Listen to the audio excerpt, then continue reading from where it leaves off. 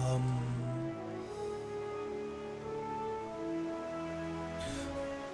Hey, looks like everything's good now. Good.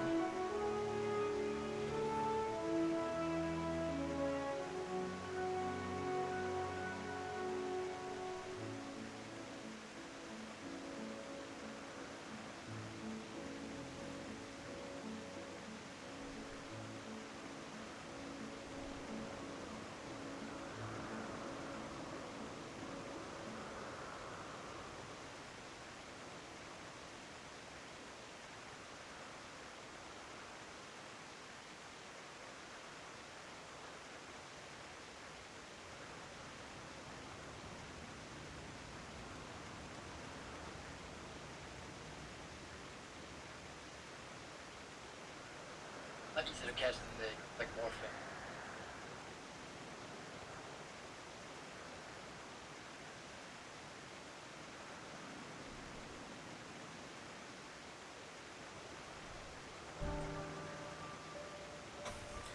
Alright, let us get to question.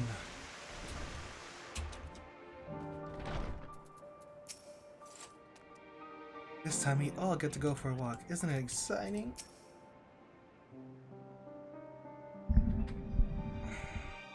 It is held that all civilization should conduct their affairs with total transparency, and the Convocation is no exception. But that doesn't mean we are obligated to show our work to unknown entities, such as you. Consider yourself privileged and behave accordingly. Though I see new creations on a daily basis, here they look at the different eye. It will be interesting to observe Hermes.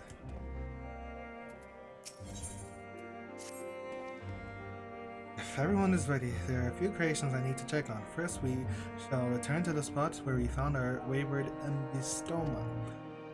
Have care when you step outside the hub. There may be unruly creatures about. Let us be about it.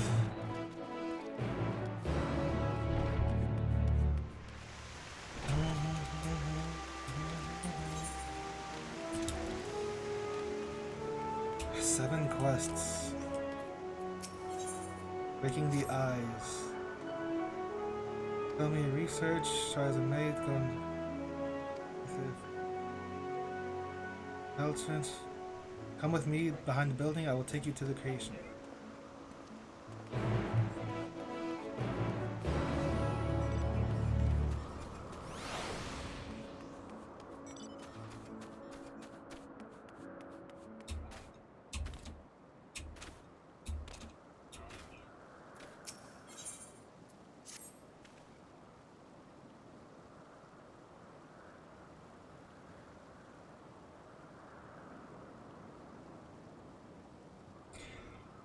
A visitor touring our facility. Are you?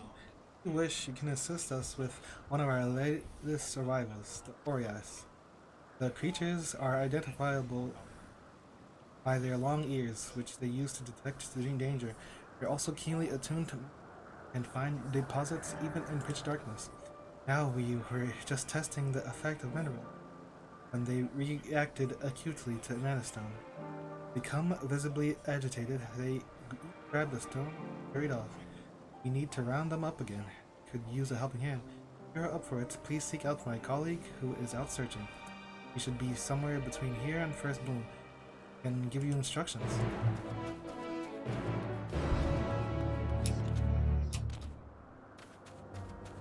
Paramonos.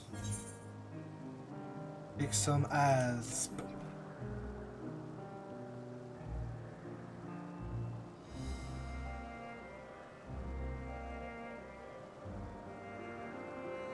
How curious, a familiar bearing armaments. Must be special indeed. As it happens, I may have use for you. Do you care to assist me by capturing a few Ophions? Exchange for a new... extremely valuable. And noticing I'm reading yellow quests. If it's not on the moon, I don't want to hear about it. Even if we're in the past. Temptations. A friend familiar. Round him up.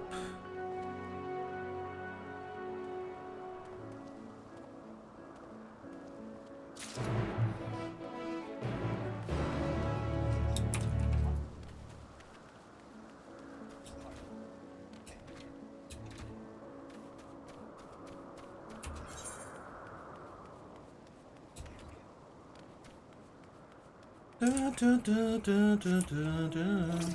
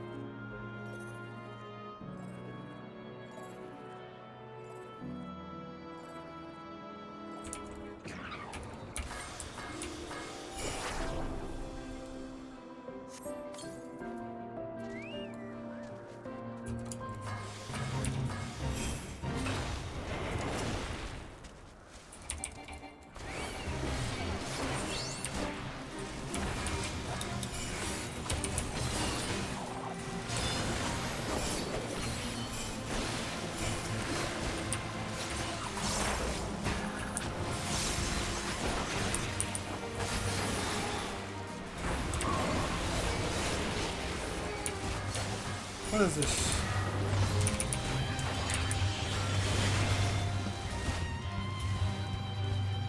A tank.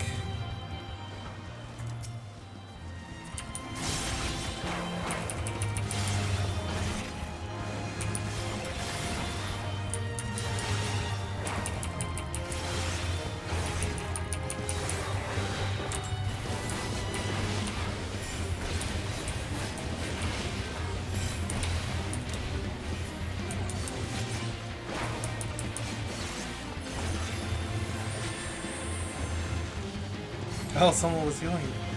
Oops.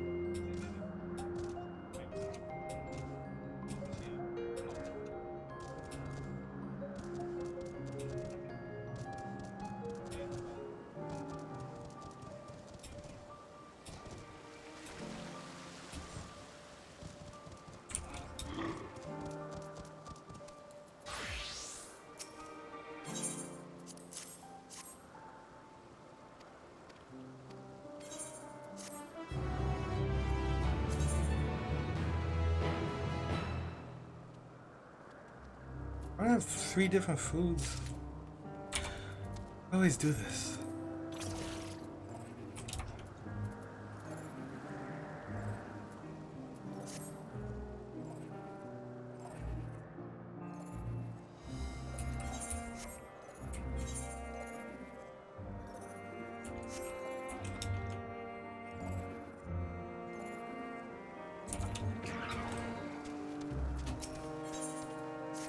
Colorful concept.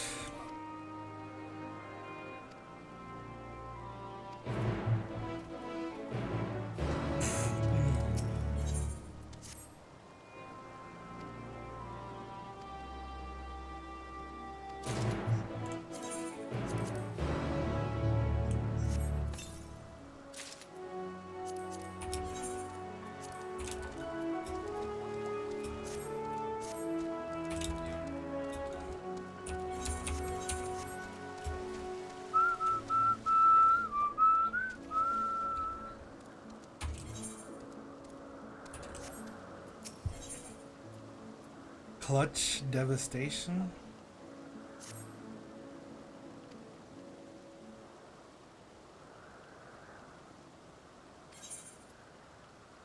Why don't you do it yourself?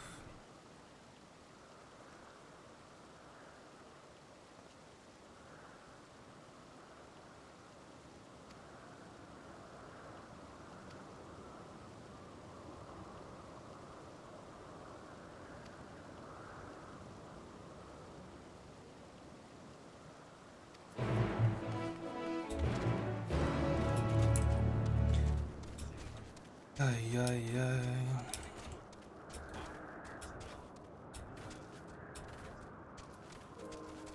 Umbral.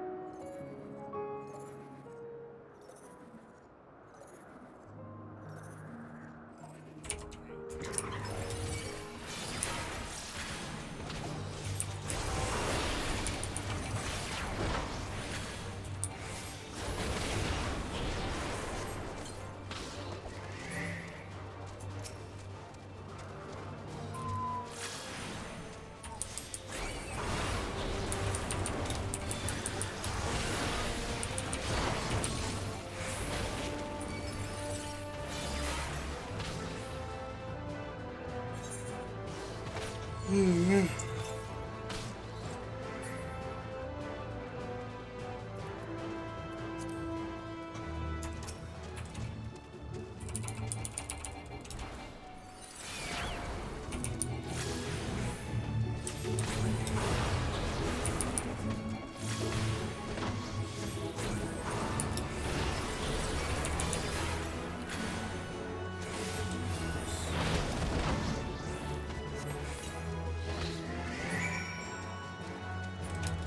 Point 7.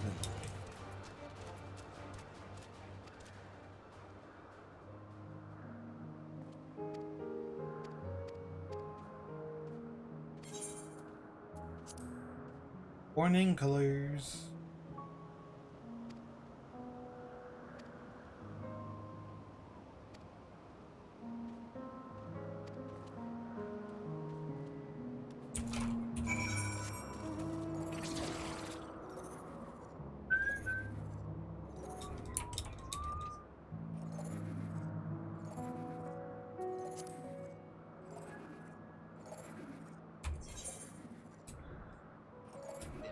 What?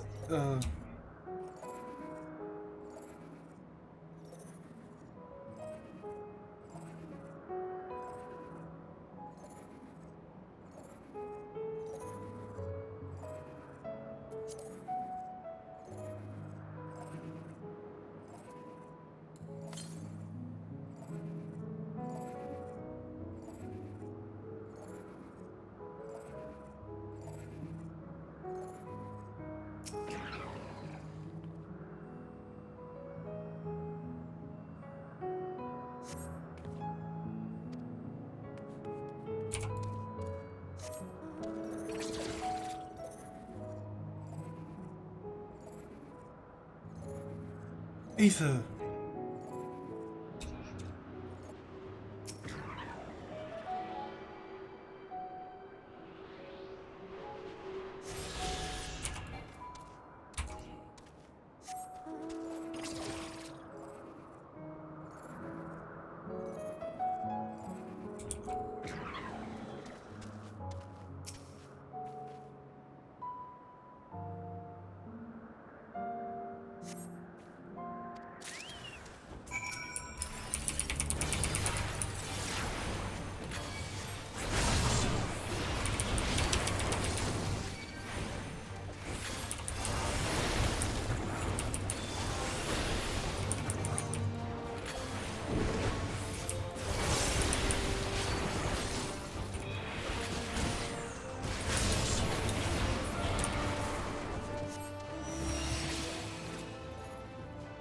Shock 'em all.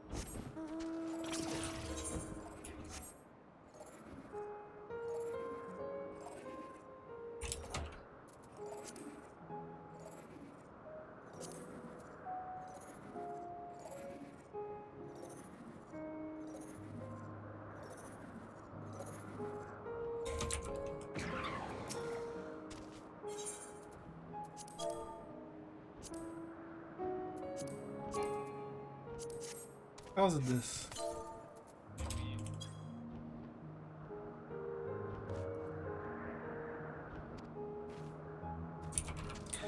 Submit.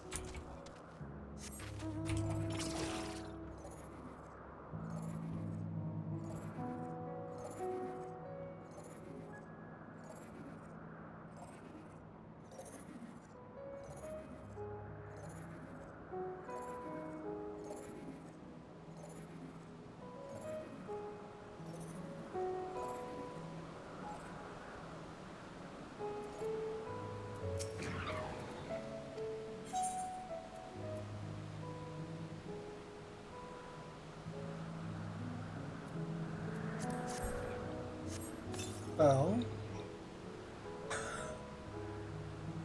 The potion has no effect. It's too agitated.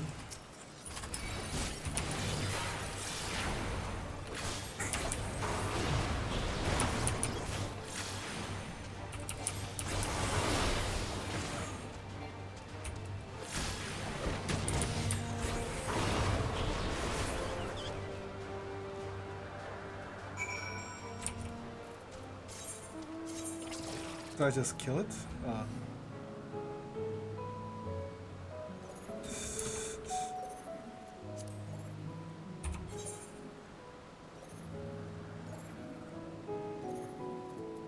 The ore, the merrier.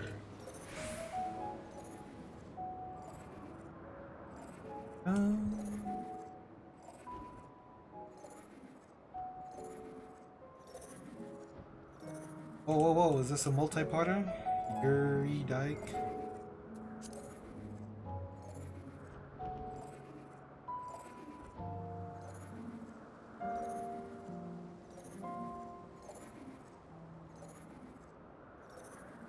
Oh, what? I didn't even see him. I didn't even know it.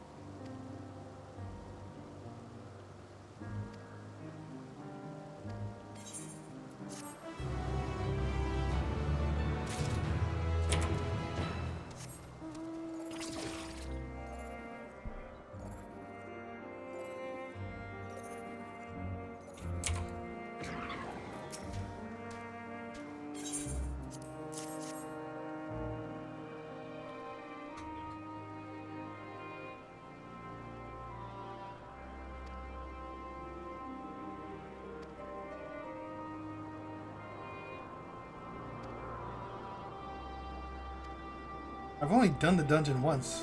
I don't remember what monsters were in the Annie-Dare. I'm guessing some of these creatures are in that dungeon.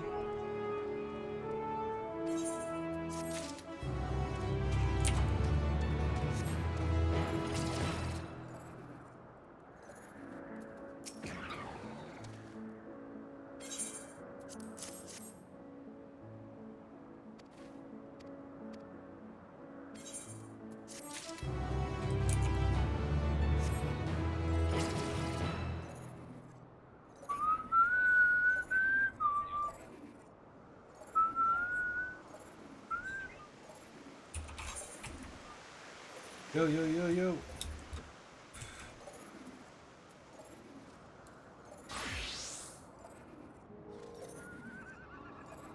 Well, my man. So.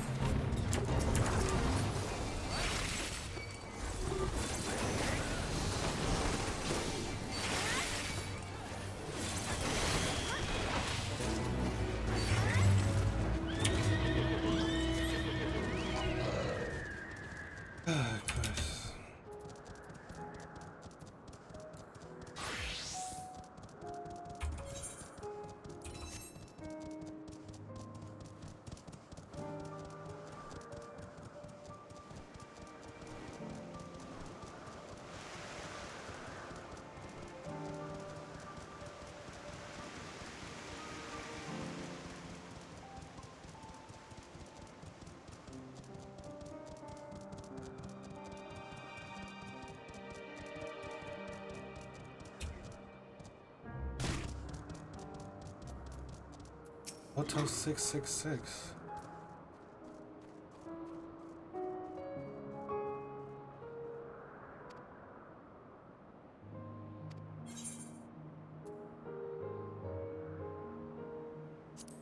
Perform a dance for it.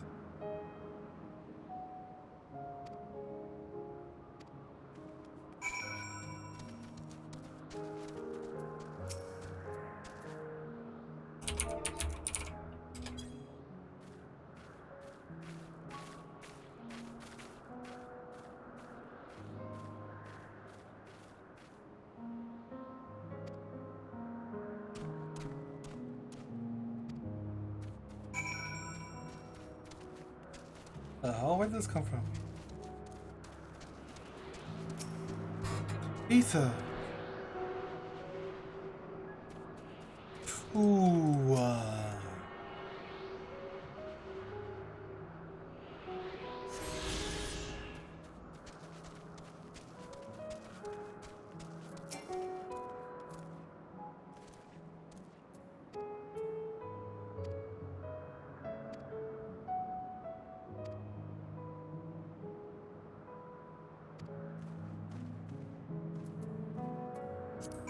Hmm.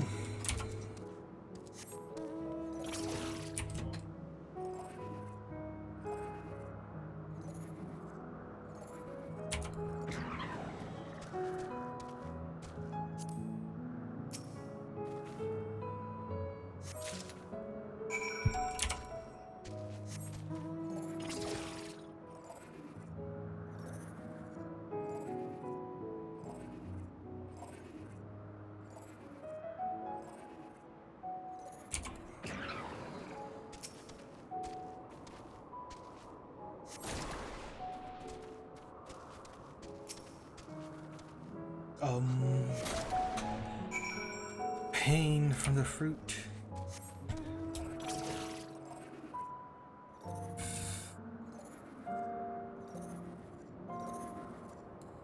Whoa, whoa, whoa, whoa, whoa.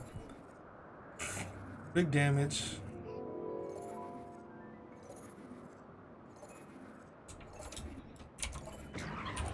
What is this nonsense?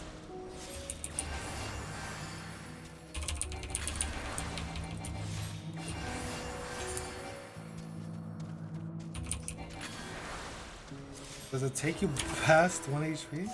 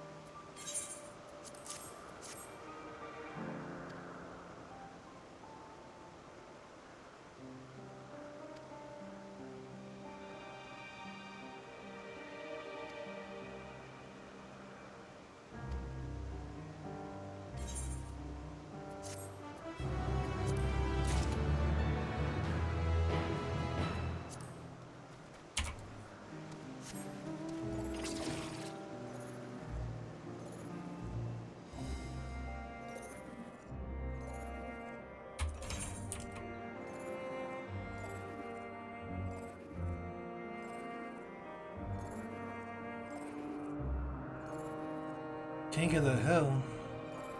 This is the first fate that's called King of the Hill.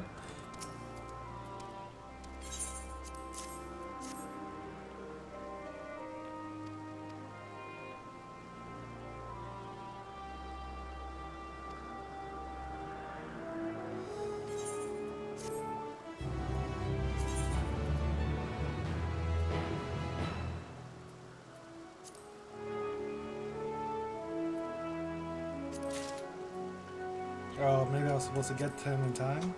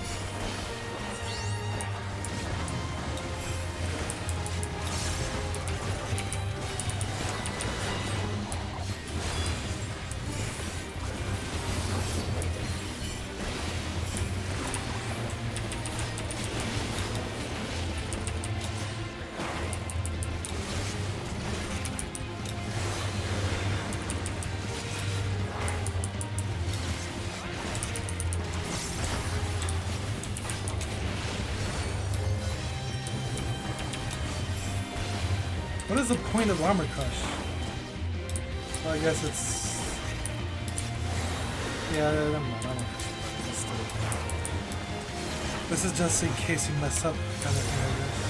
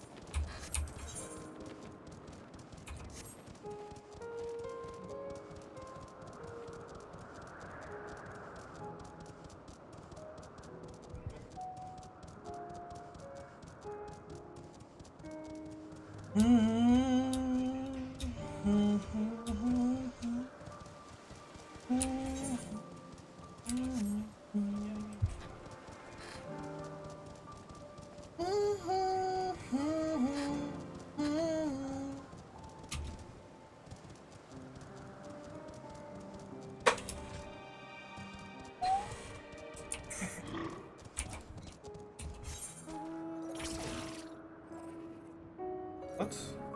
How did I switch? I don't even remember that.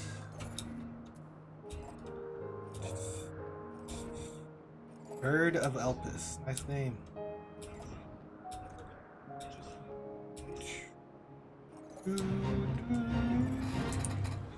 First generation of monocles. Hungry heart. Hungry hippos.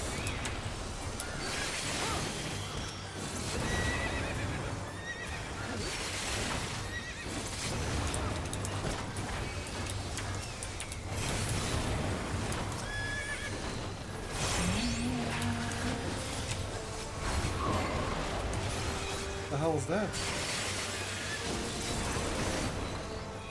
What is that rope?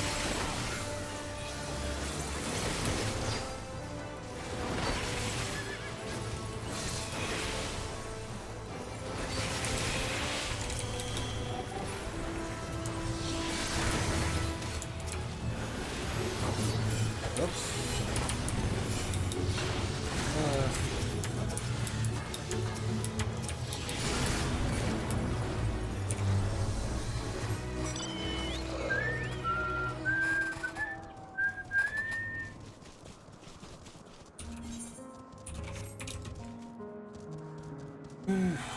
Hmm.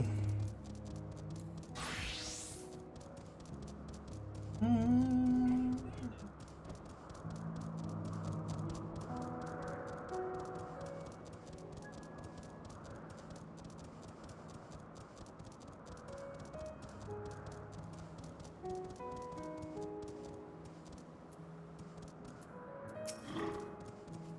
The beautiful Petalota.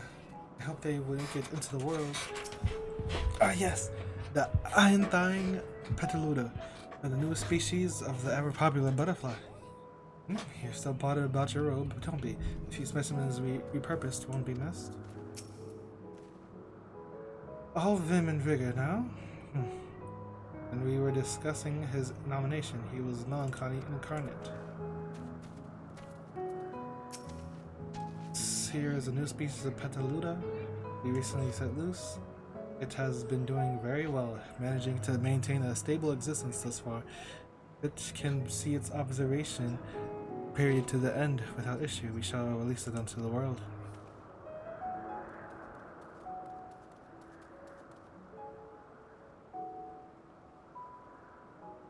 Tell me, do you know the difference between living beings and arcane entities? It is the presence of a soul, yet the soul isn't something you can choose to have at will.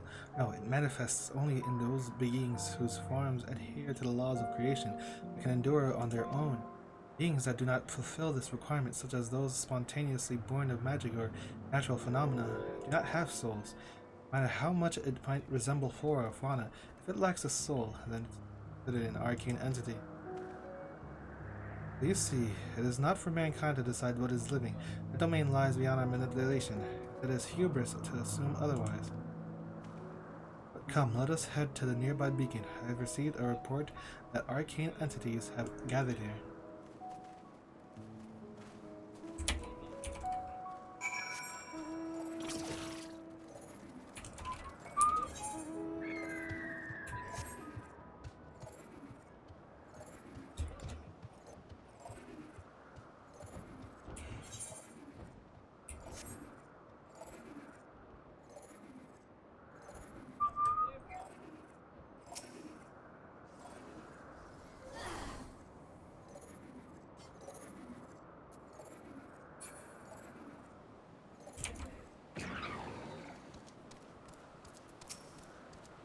We're meant to be observing Hermes, but instead we're stuck with Met.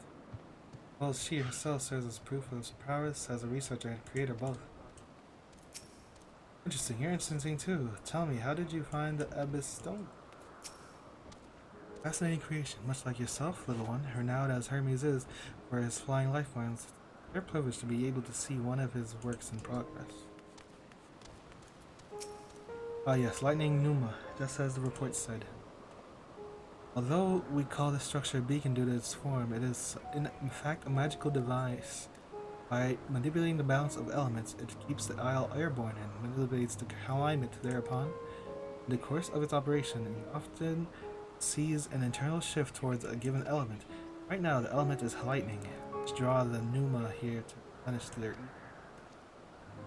It appears Metion is busy. Would you care to assist me in her stead and feed the Numa? By using this lightning converger, he can harness ambient lightning and focus it into a ball, a veritable feast for our dazzling fiends. Go on, give it a try.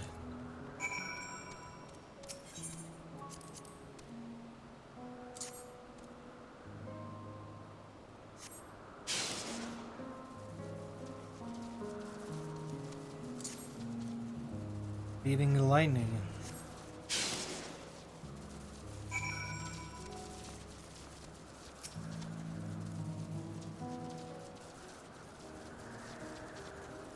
Perfectly done, Bly. Look.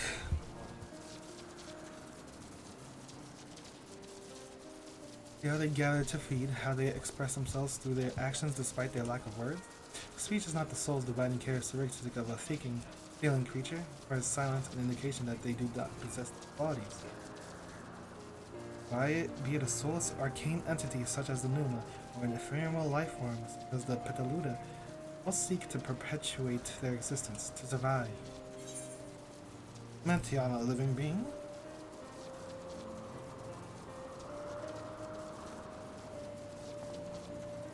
Good question. I can answer it from a theoretical standpoint, but it ultimately falls to the Bureau of the Architect to pass judgment. Those with exceptional vision, such as Hythlodeus, may be able to ascertain her true nature. To me, it doesn't matter. She is herself, and that is all I need to know. Oh, you're finished already? I'm sorry. I was in the way. Not to worry, my dear.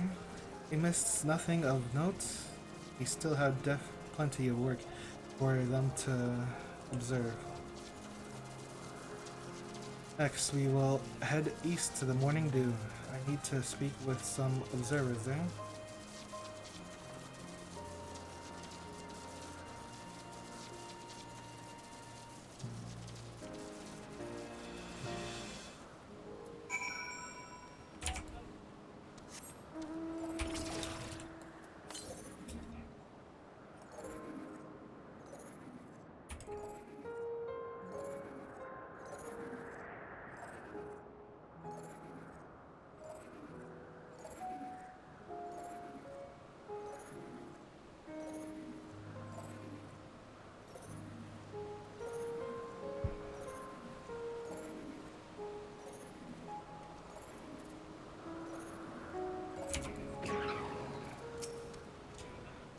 This fellow has been the talk of the Bureau. The combination of a carefree aspect and endless rows of fangs is strangely charming. Is there a guiding theme or any method to the madness that is this random assortment of creatures? Adorable, but beware its needs. Hermes went flying once.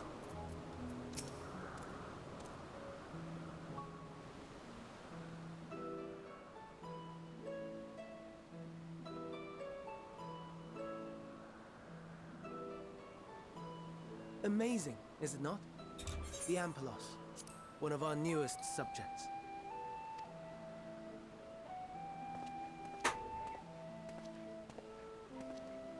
So, how are we coming along?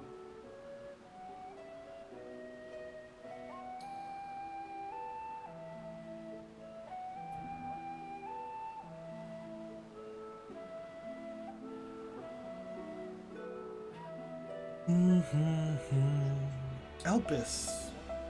Ah. Ooh. I'm going over there.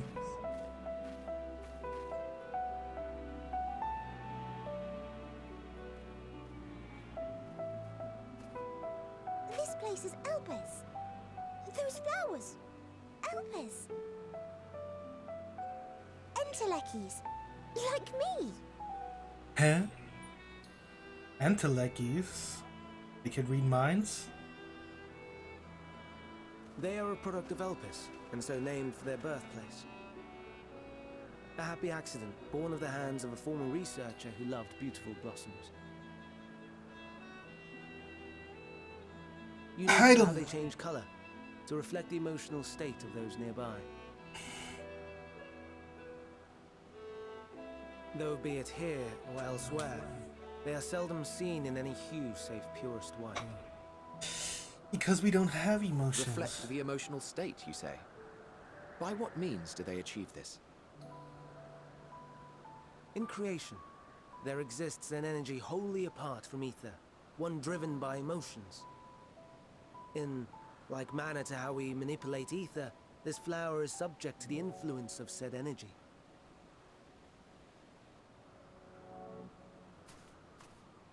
While it has no will of its own, it is sensitive to the prevailing emotion in the vicinity, and reacts by altering its color and vibrancy.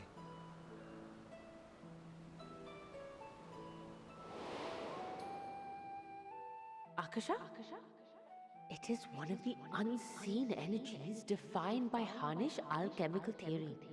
Though a gross oversimplification, some describe it as an essence influenced by feeling. I remember that.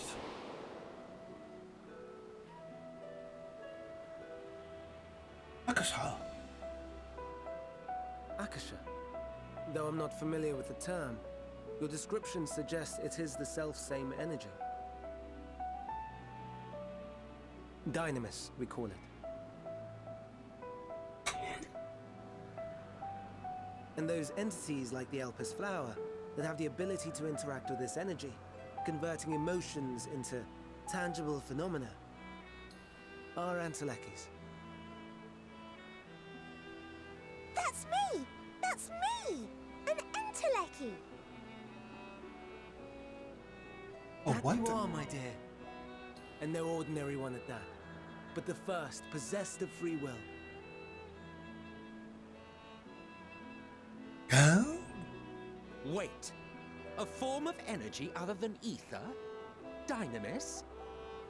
I've never heard of such a thing. Looks a lot like Zenmus. Hardly surprising. Dynamis cannot be seen, much less felt. And though its existence has long been theorized, we had no proof until the flower's serendipitous creation.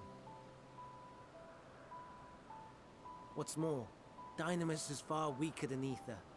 Under normal circumstances, its effects are drowned out by the latter. On account of which, beings comprised of and reliant upon the ether, like you and I, are unable to make practical use of Dynamis.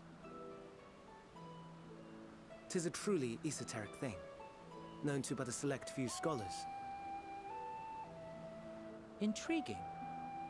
Then, given the limitations you described, why create Meteon?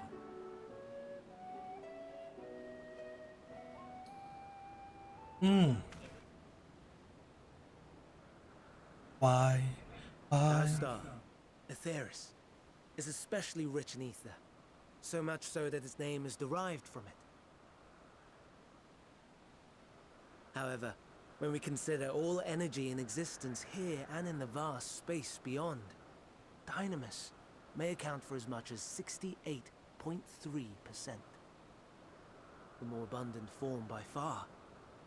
Were we able to control it, we could open the door to limitless possibilities. 'Tis not unlike a gently flowing stream, unable to break through the dam of ether barring its path. But if we could imbue the stream with the vigor of a raging river...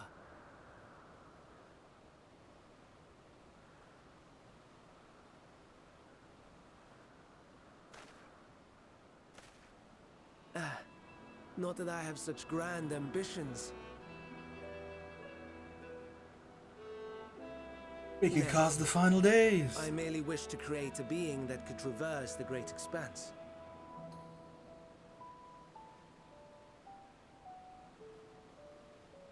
The relative scarcity of ether beyond the bounds of this star was a concern. And so, I looked to another source of energy by necessity.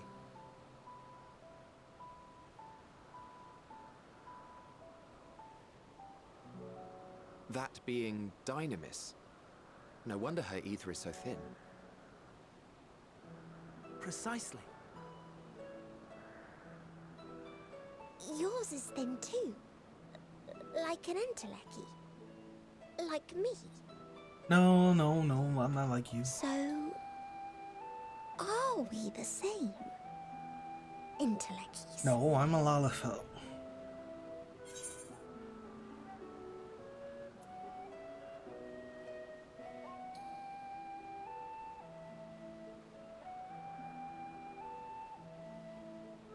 I'm thinnest because Emma Silk didn't do a proper job. Well, aren't we ungrateful? Mayhap I should revert you to the pathetic, faded thing you were.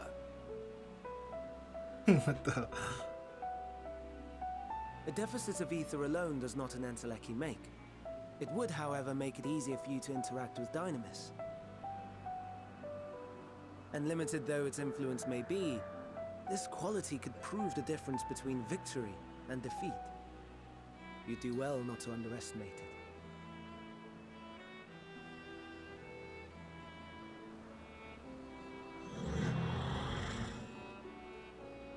Oh dear. I'd forgotten about the poor fella. You must excuse me a moment while I go and verify a few more things.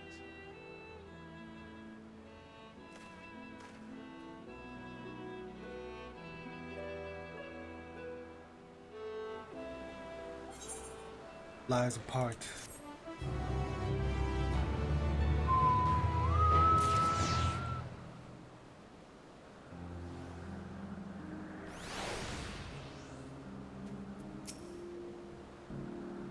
Never before have I heard of the dynamis of Telekies. I can only assume the Elpis flower was submitted to the Bureau before I joined. The greatest contribution. Not that I or anyone else would be able to make use of it even if we knew. It irks me to discover that there is an entirely different form of energy, and no one told me. That personal annoyance aside, Hermes' knowledge is undeniably impressive. Given that there are none among the 14 who specialize in this celestial, he would be a welcome addition. Assuming he can be persuaded to join, that is, I still can't understand his hesitation. What do you specialize in? Oh, you wish to know why myself was chosen for the convocation. I should be glad to share that tale. It began when... Not another word. Lest you forget, we're to learn about Hermes, not me. My misspent youth is not your concern.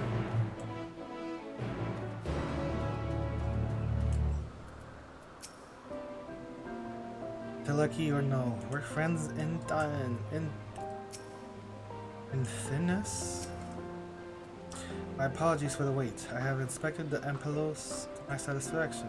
All is well with the creature, and I dare say it won't be long ere it is released unto the world. Another creation, however, reportedly isn't faring so well, the Charybdis. That is what we shall tend to next. If you would follow me, friends, we shall return to the main isle and head north.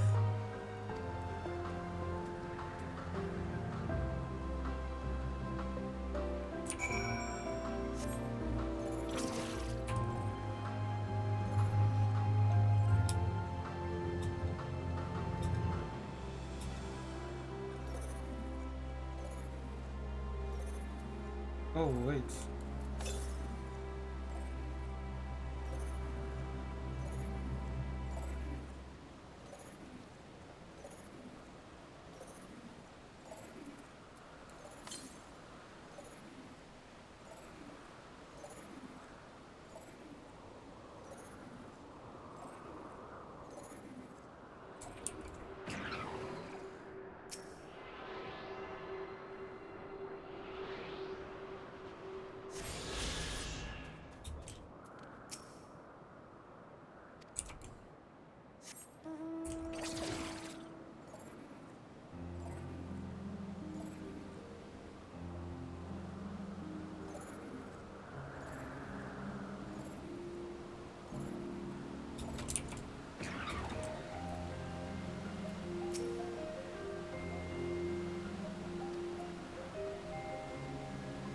Makes one think.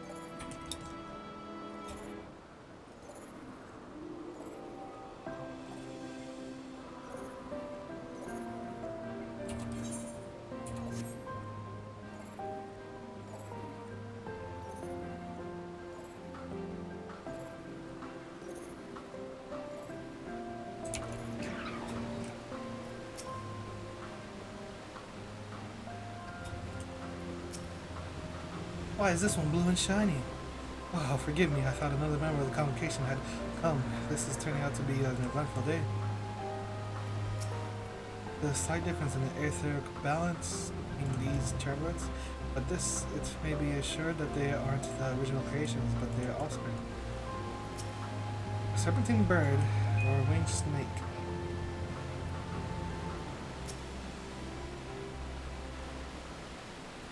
Ba, ba, ba, ba, da, bum.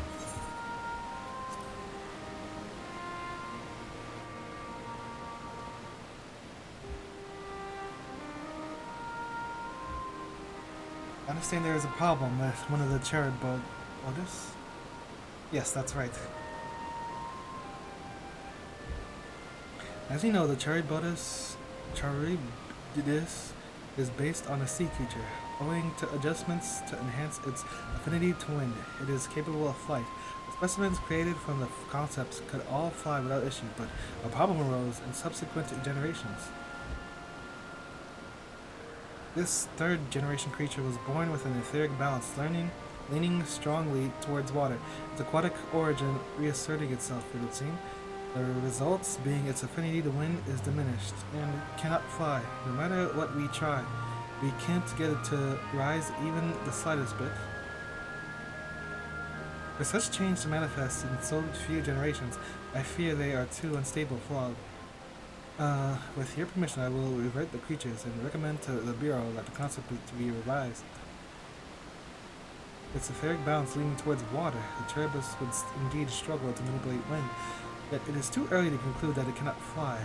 Having failed at first, it may simply have evolved a fear. I shall transform and fly with it, hoping it to manipulate wind until it finds its wings. But what? You need to go to such lengths.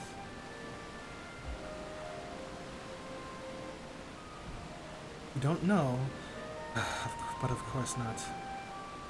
Transformation is an art in which one manipulates a vast quantity of aether to construct another body around oneself. In practice, this allows one to assume any conceivable form and thereby transcend the limits of one's flesh. Convenient though it may be, transforming into the presence of others is considered vainglorious in the extreme, as uncouth and unseemly as running about romeless, shapeless, shameful. To understand, you make a habit of this.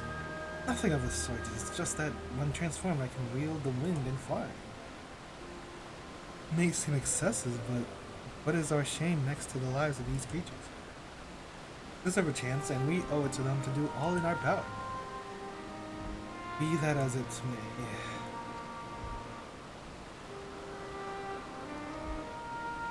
Yes, I believe I have a solution. Emitself, may I trouble you to move that Charybdis away from its fellows, somewhere out of sight?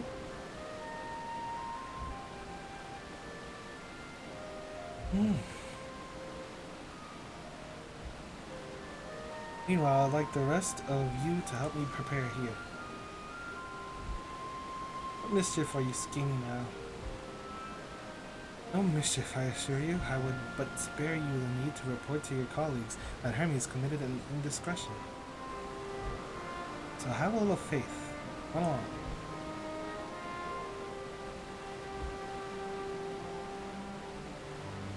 I trust you don't mind?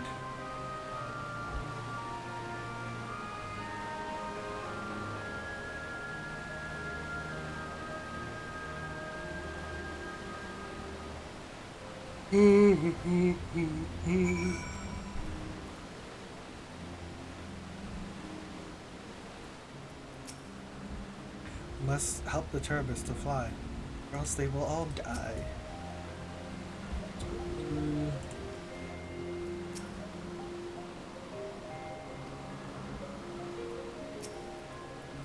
Emetselk is out of sight. Good. Let us speak of the plan. It's a stroke of genius, really. We have Emetselk train the Charybdis. Aside from being able to fly untransformed, he can readily see ether currents, and with his adept spellcraft, he can also employ suitable wind magics to guide the creature along. While he is indeed capable of all you described, it is not his duty. I am loath to trouble him with it. Don't be. As I mentioned, it would also be for his own sake.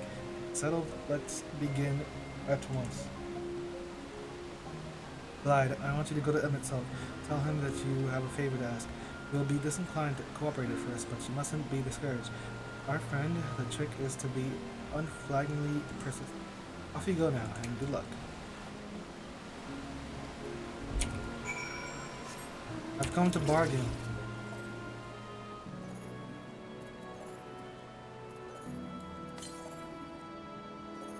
Fuck you, Pete.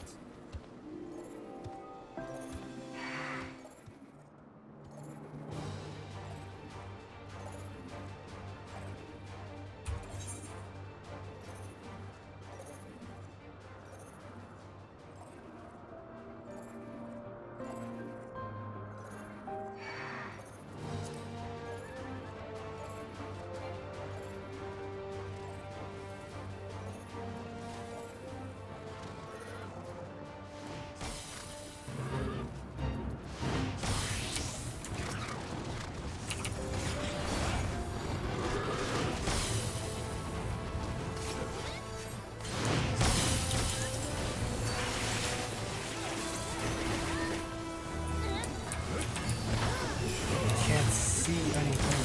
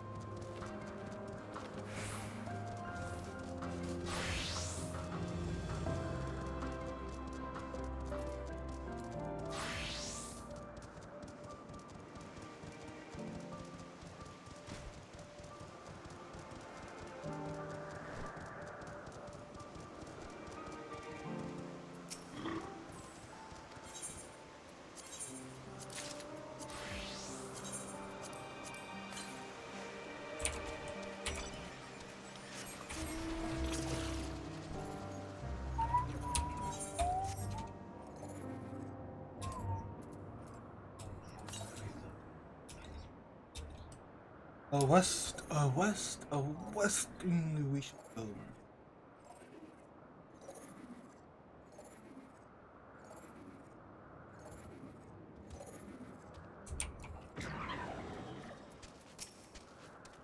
Well, are your preparations for the scheme that is clearly not a scheme complete?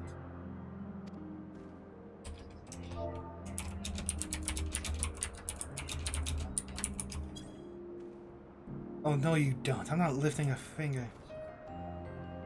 I don't know what Hythlodaeus is up to, and I will not be made to know. I refuse.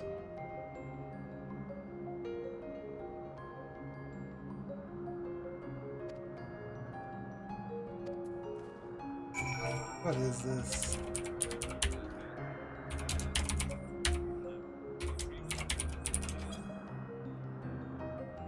Please, Emerson.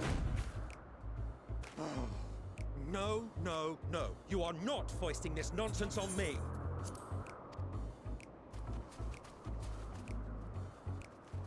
I'm given to understand you have the power to help the Charybdis, and should be quite willing to do so. And so I appeal to your better nature, most benevolent Emetselk. Please teach her to fly. Or else Hermes will transform. Right now.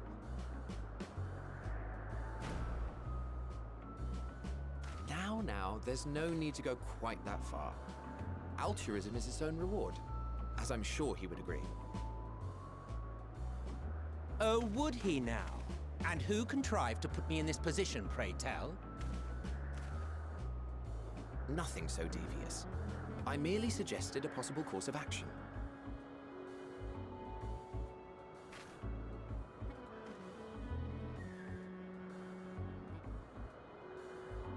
Please, Emetselk. Please. Please.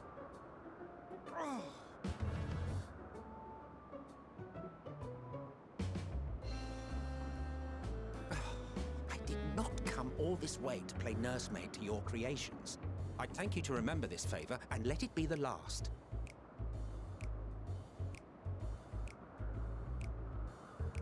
Why'd they give him the Zenmus look?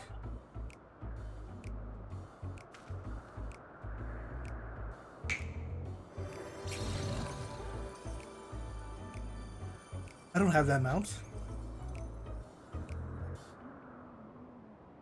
I will aid it once it is taken to the air. It falls to you to shepherd it skyward.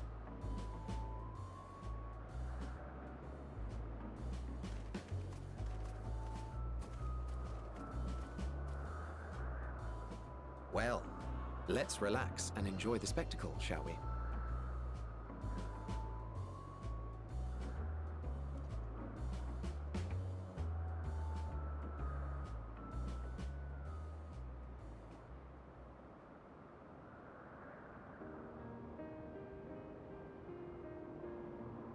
You were wondering why Emmett Selk joined the convocation.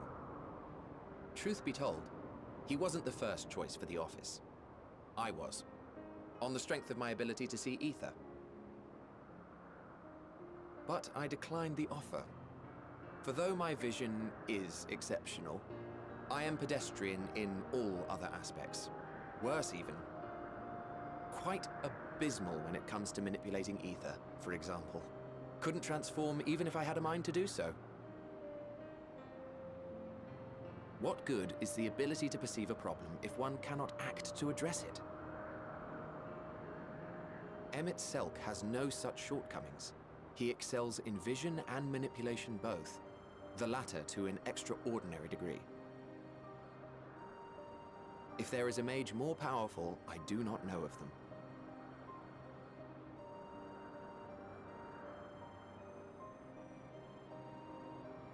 Thus did I recommend him for the office in my stead. And I wasn't the only one. Far from it. Countless others vouched for his skill and character. People the world over, to whom he had previously lent a helping hand.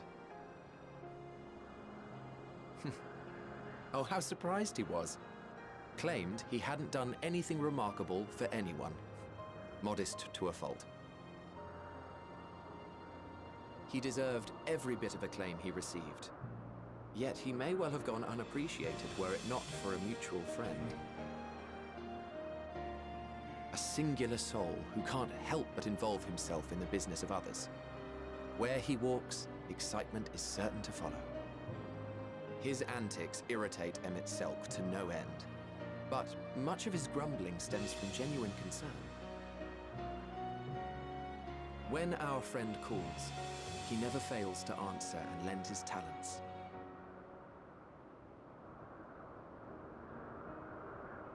And in the course of doing so, he himself came to be recognized and respected by those around him.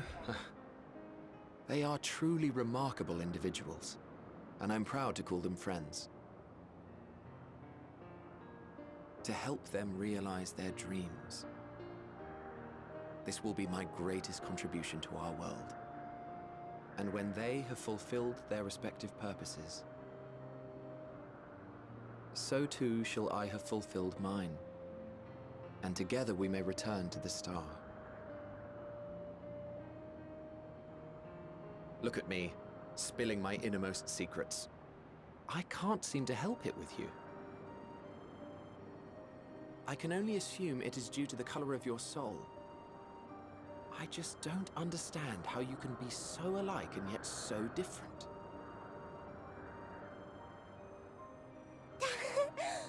Well done, my pet. Well done!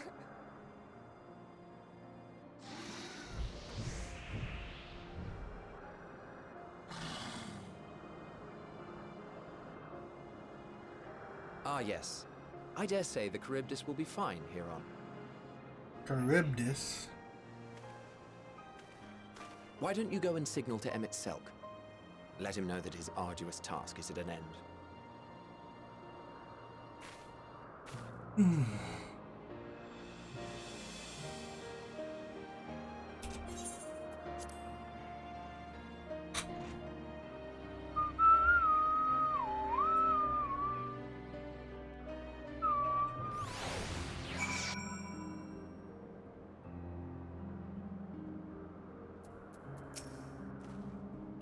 I don't know any better. I'd say that myself is enjoying himself. Not that he'd ever deign to admit it.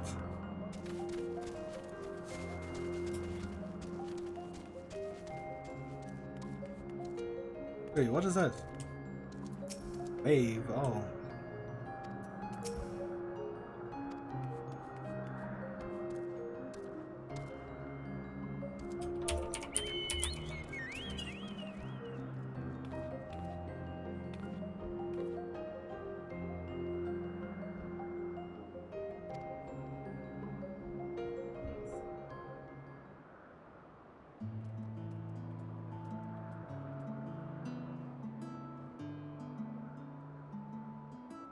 I have no words to express my gratitude. Thanks to you, the Caribus has learned to fly.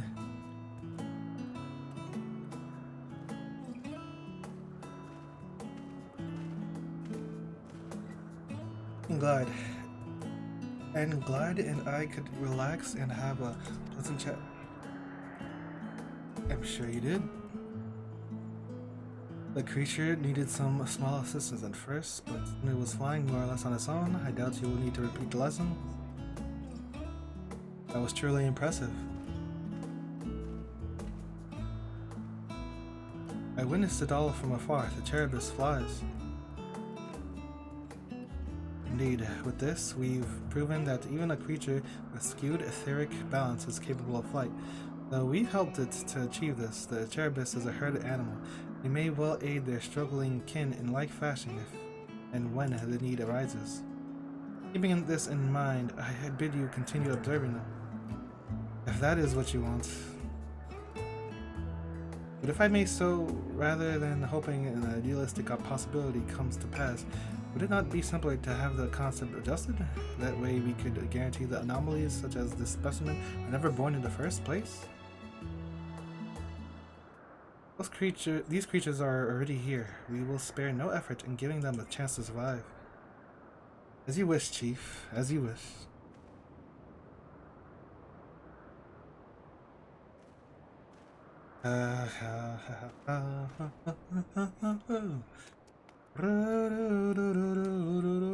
Hermes. I'm fine. Don't worry. Well, that concludes all of my present tasks. Let us return to Anagoras. Agnoris now?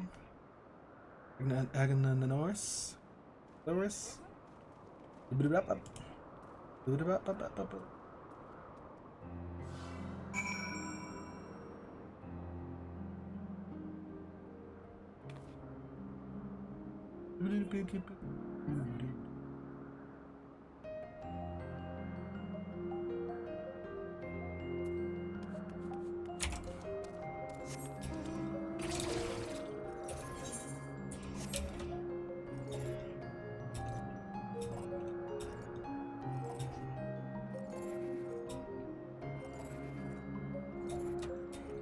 Hold it.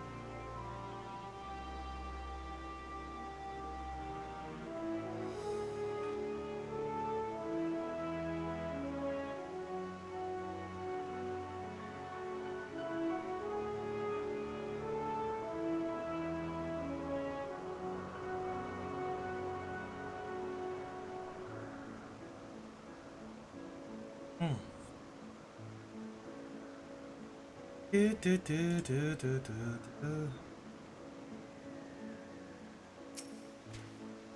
All creations are happy. That makes me happy too. Now you've seen what I do. Was it everything you were expecting? Thoroughly enjoyed myself at the end of most of all. What? Want to apologize for forcing me to help you, do you? Save your breath. You didn't force me to do anything. I merely chose the most expeditious way to have done with an impediment to our business. Okay. I'm tired. Leave me be.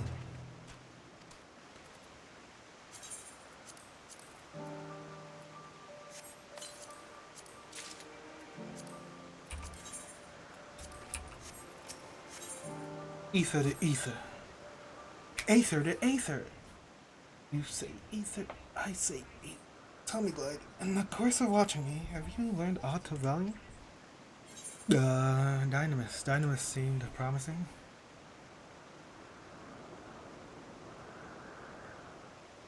Dynamis, you say? Curious that such an obscure phenomenon should be of interest to you. Oh, that's pretty important. What are you talking about? Chief Hermes was good fortune to find you? What good fortune to find you? Something the matter? The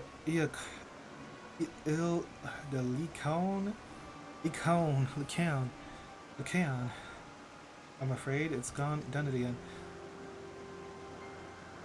No, so Lycaon. Yeah. No sooner did we release one of the for observation, and it set upon the nearby occupants, slaughtering them. The creature hungry, or somehow provoked? I had just fed them myself. The occupants were keeping a wide berth. It is the nature of the Aeon that is to blame, their innate viciousness. Temperament aside, it is an outstanding creation, perfect in form and function.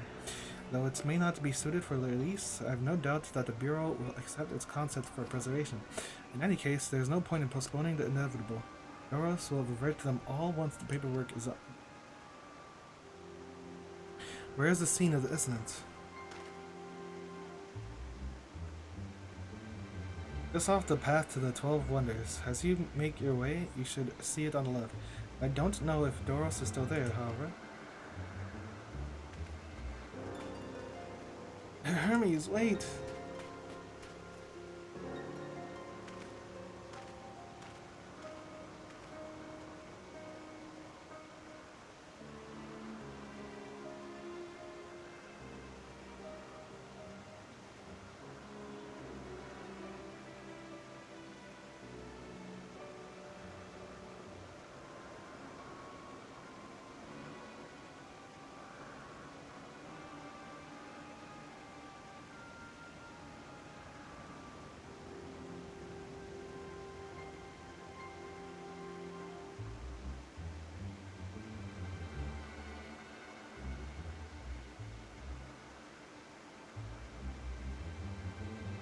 If this is part of his work, then I would observe, we follow.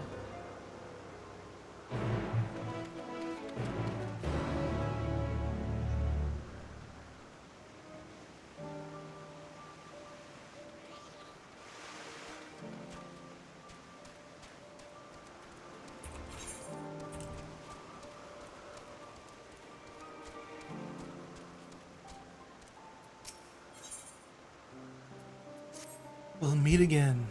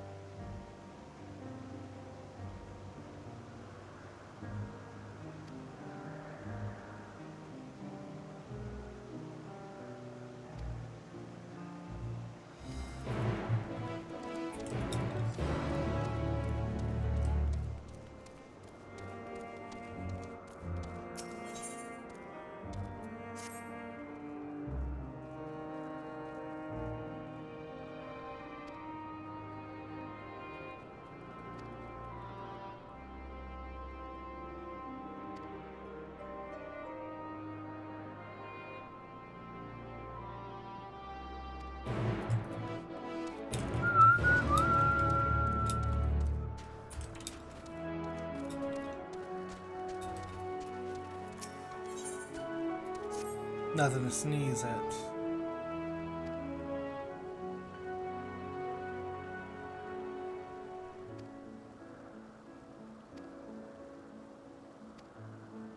Explosives?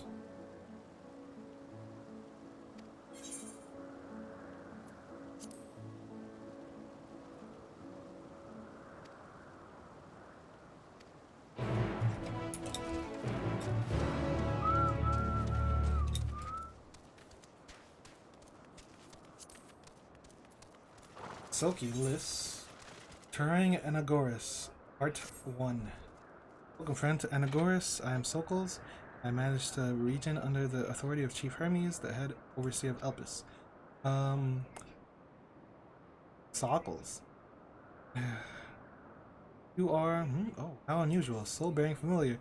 Familiar must have a mission, and yet you offer no message and carry no cargo. Are you perhaps here for purposes of observation? Yes, that must be it. In which case, you only mention the name to Charmian, and she will gladly give you a tour of our domain. Soak it all in.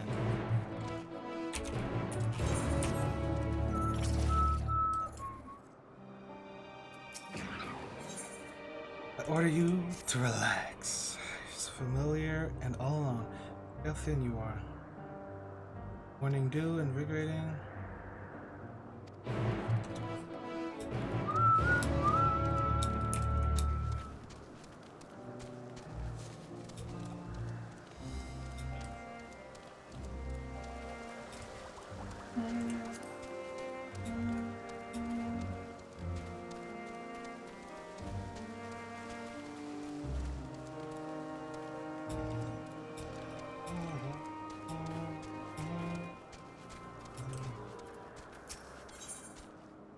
Labors of my fruit. Azem? What in the blazes are you doing here? Hold on, you seem thinner somehow. You have much in common with him, but it's clear you're not one of us. Hey, perhaps? Suppose it's just like him to send one of his minions to poke into his noses into our affairs. Yeah. New variety of fruit.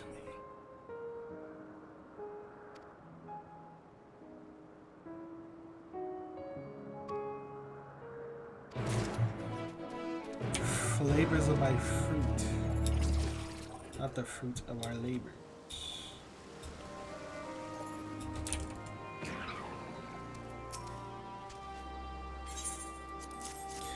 New red fruit. Rather foul and positively revolting. It's so bitter, it's practically inevitable.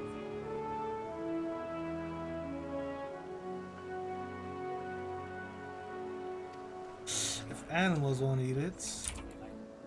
It's dead on arrival.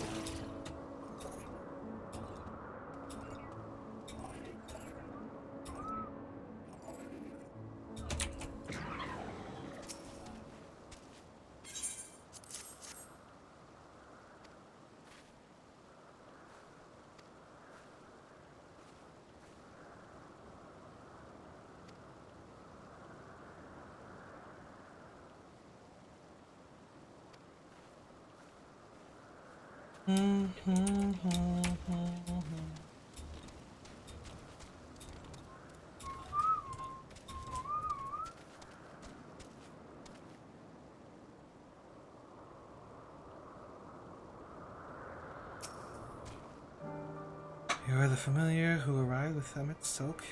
Yes, yes. And what do we have here?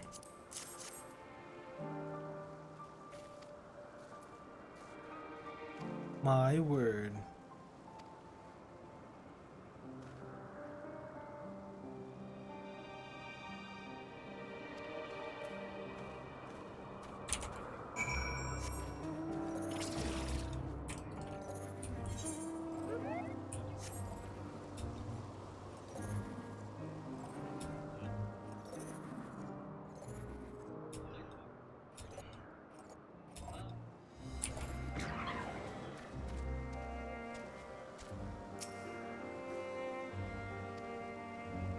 Anomaly.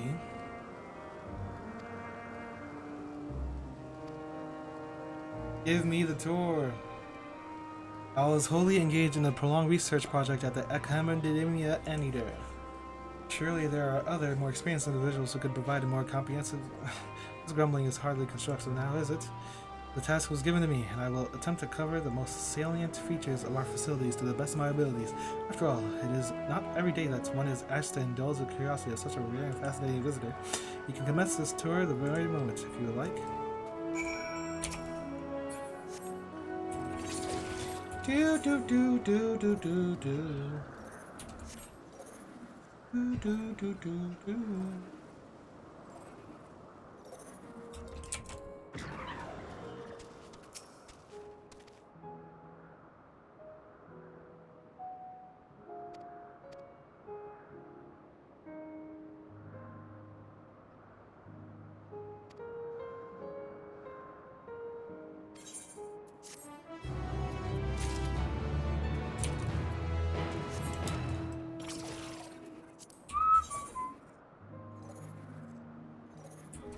Let it go.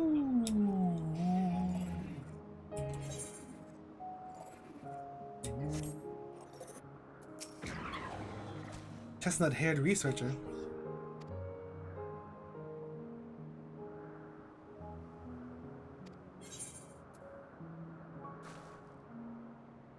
What about the ring creature? It was a success. Glad tidings to be certain, but my work is done.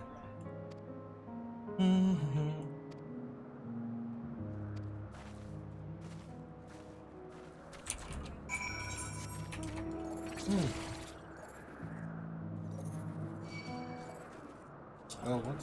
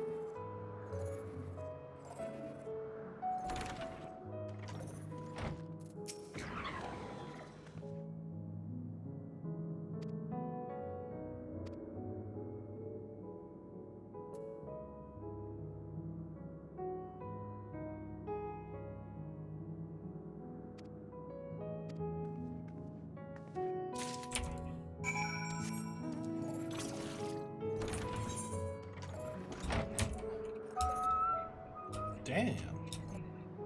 Damn. Damn. Damn.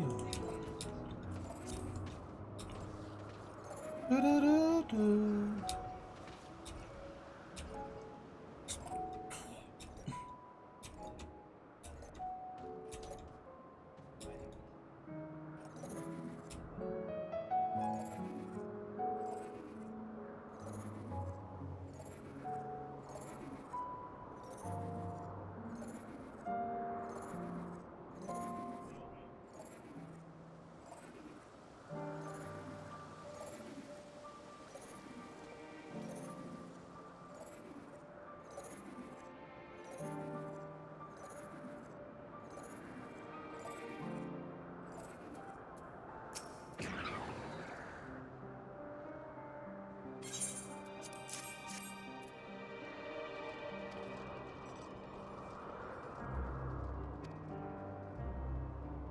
From the word of Mitron, we have what seems to be an aquatic mollusk capable of storing aether in its shell. I can only guess as to what purpose they would serve.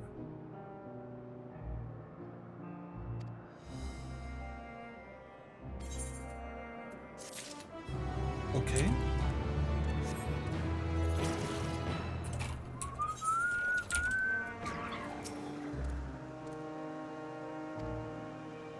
She wasn't Kim. I can do is hope she finds blessed respite in the ethereal sea, and that we may one day be reunited in another life. I'll carry on her legacy, beginning with the naming of the creature she cared for dearly. I think I shall name it after her. That way she will live on through her work forever. Who was that? Chestnut-haired researcher.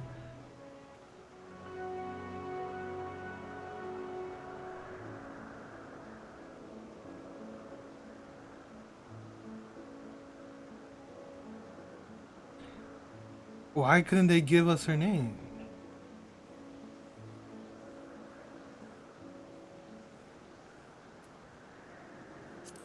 Okay.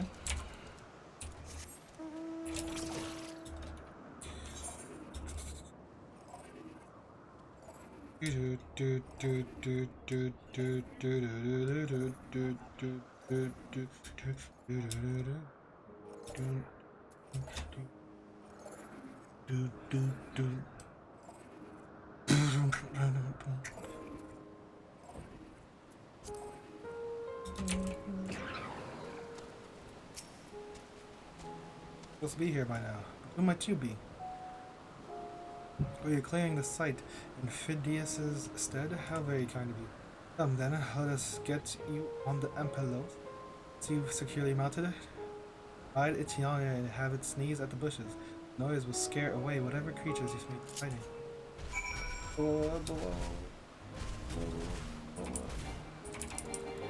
Big sneeze. You got you!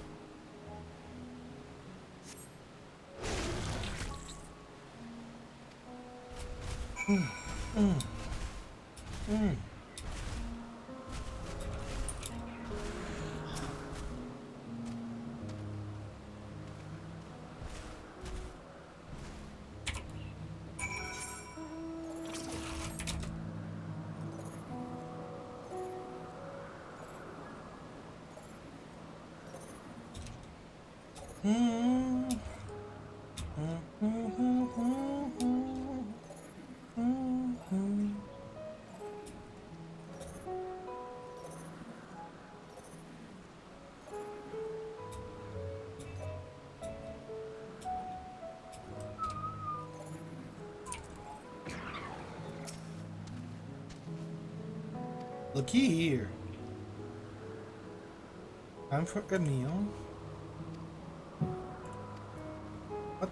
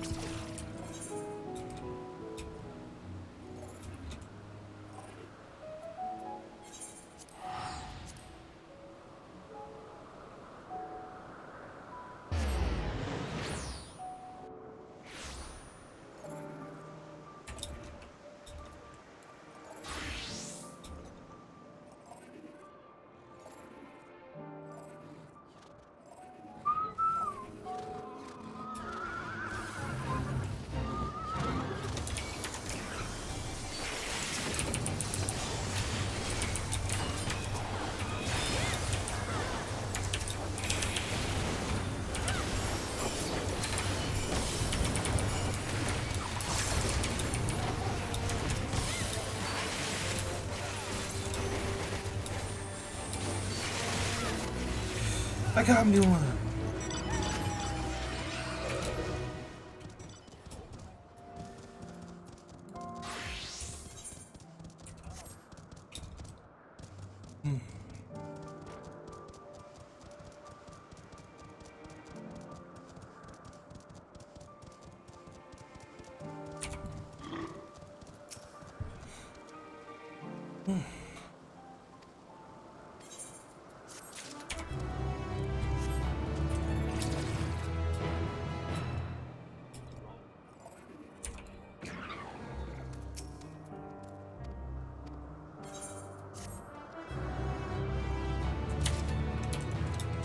Let's get this tour started.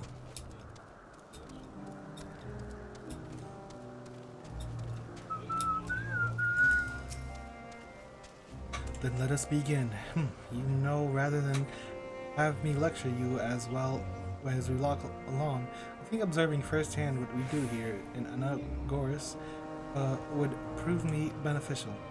I will point you in the right direction, and you can question my colleagues to your heart's content. If you've completed a circuit, you can return and speak to Overseer Boggles.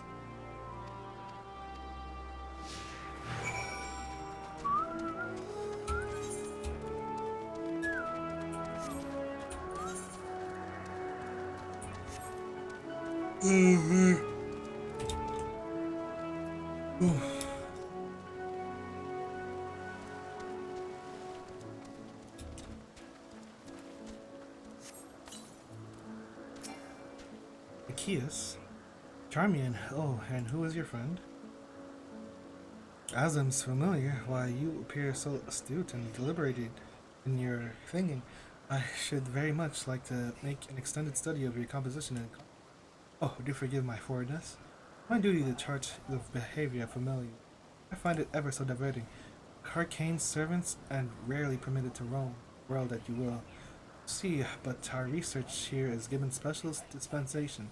The subjects are properly registered as consuls, of course. There are times when familiars are tasked with tending cattle, otherwise coexist with other living beings. Projects are brought to me. I am responsible for observing and evaluating their potential compatibilities. Oh, but of course, if Alzim might grant us permission, then we could abide here for a few years while I analyze. On that note, we must be moving along. Whoa, Zeus.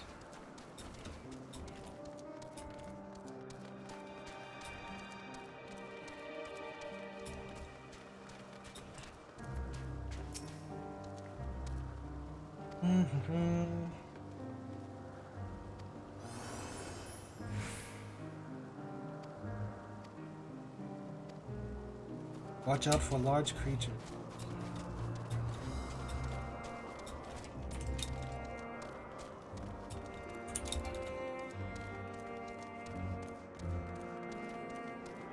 Blast.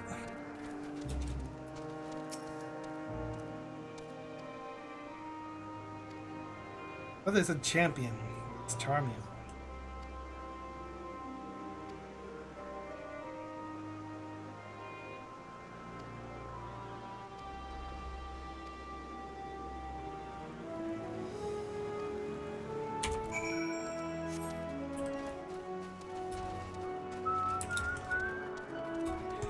There's supposed to be some extra text somewhere. Oh well. No one's gonna just go out of their way to explore in case of a random text thing. If it's not in my vision, I'm not going to it. I see nothing.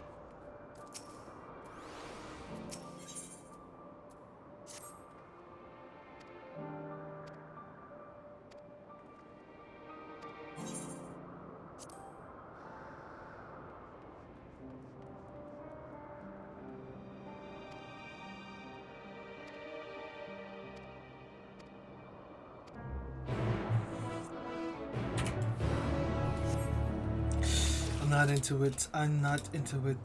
This freaking person.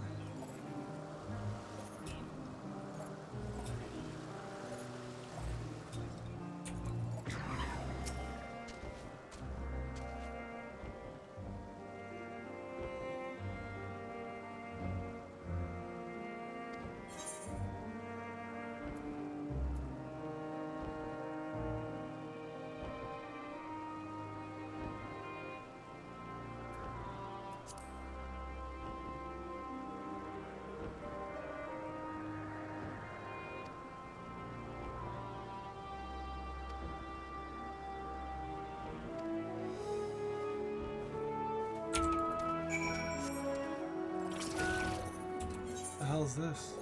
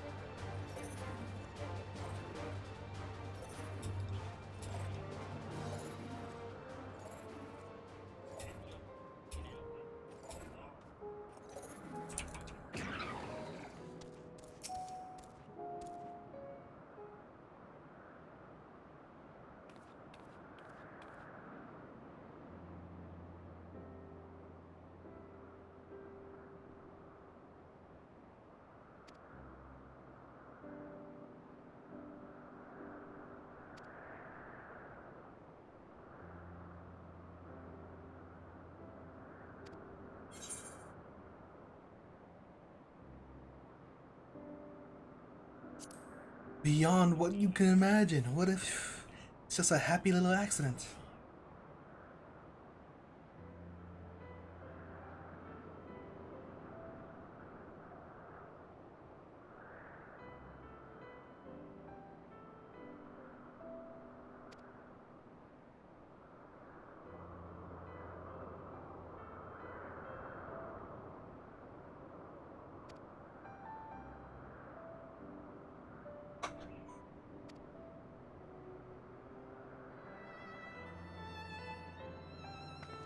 Why did we need...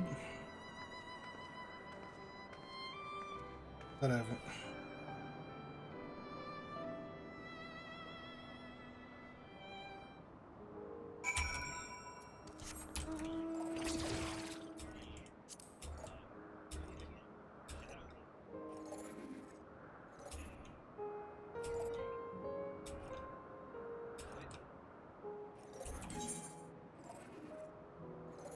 Knew this would be next. What the hell is everyone doing?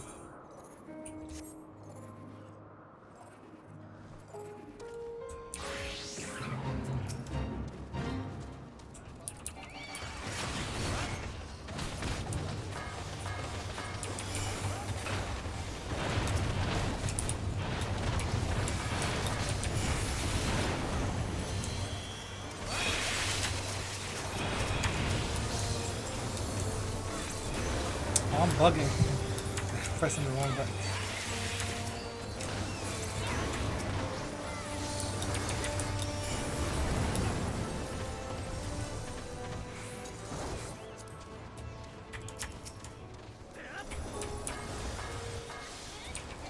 I'm in the middle of a fight. Why the music ever stop?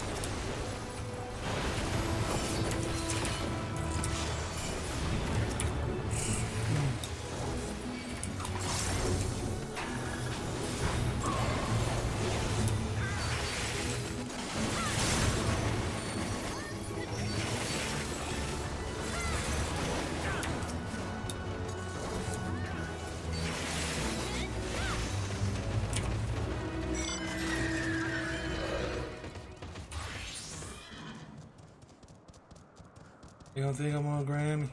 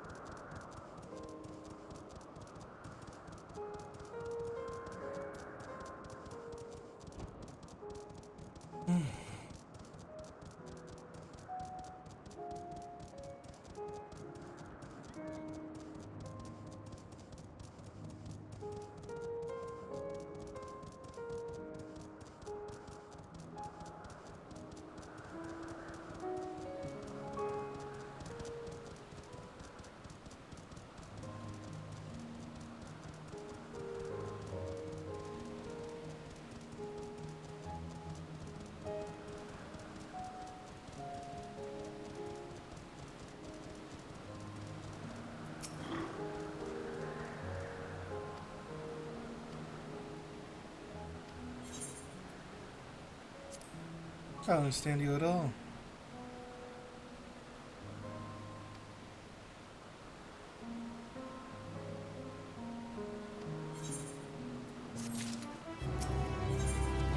Familiar food.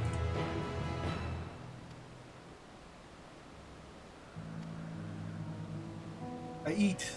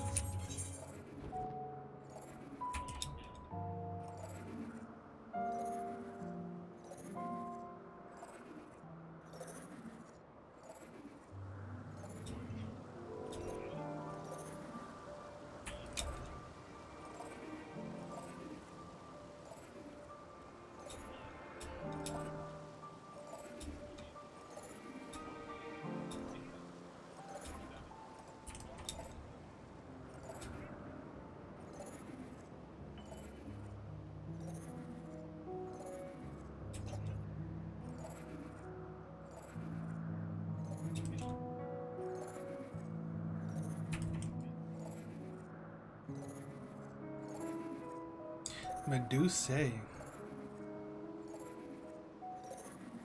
Grand designs.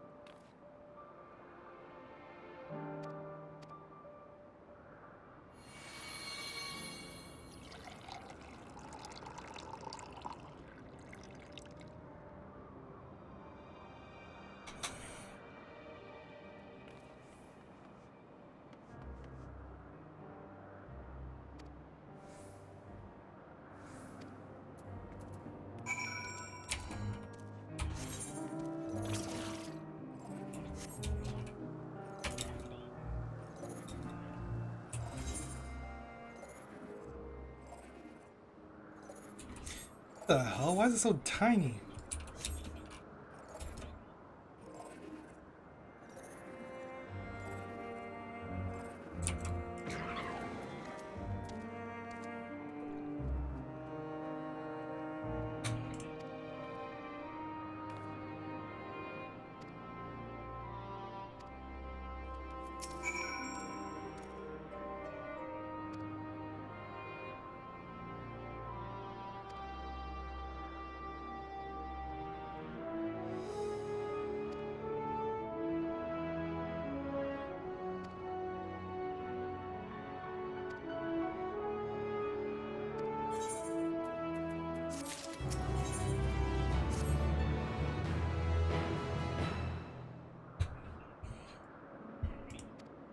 No, we don't understand each other.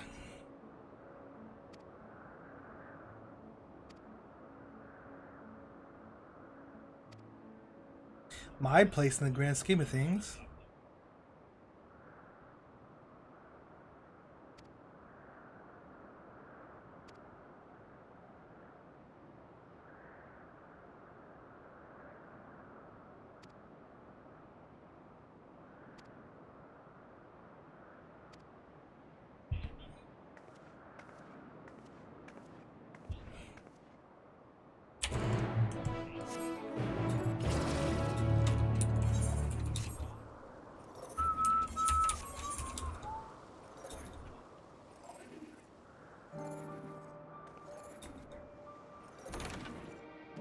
Here's the thing.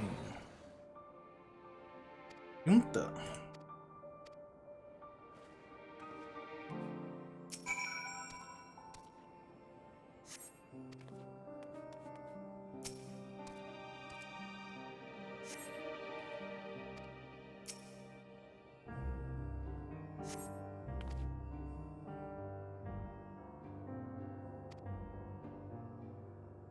A report has been sent to the Words of La Habrea, outlining the dangers inherent to continuing observation for the nominated subject and the intent to shift our focus to the smaller and considerably less aggressive Hip A. I think La Habrea was the researcher in the Anidir. Something.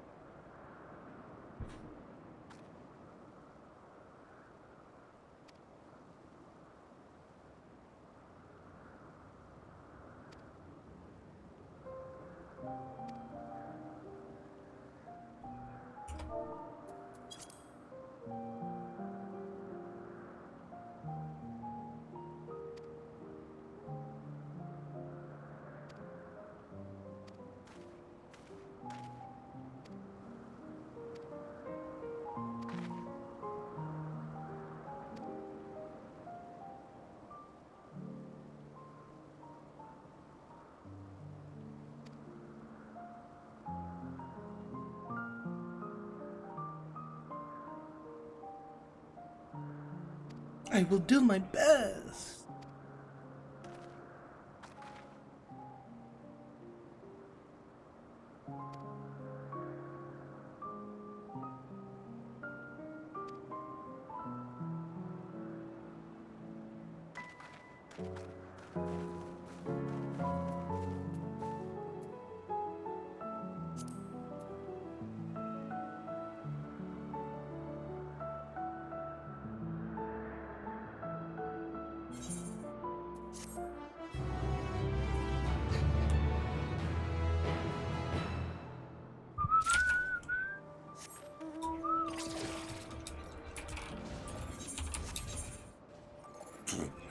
Man is gone.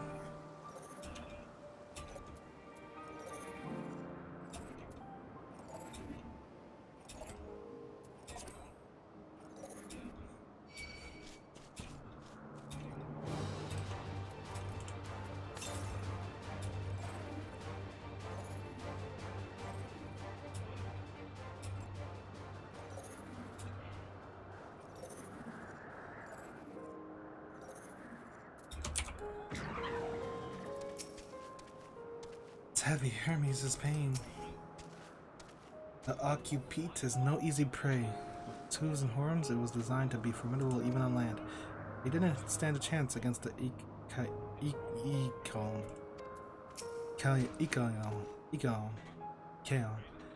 Fearsome beast, this Econ, but where is it now? The lacerations and burns are unmistakable. The Econ is indeed responsible. The creature is nowhere to be seen. Doros must have taken away. If the man makes his base at the 12 Wonders, I shall go out to speak with him there. But Selk and I will search the area for good measure, just to make sure that the Econ did not escape. My thanks. Let us meet at the 12 Wonders when you have finished. We'll go on ahead. Please follow Glide.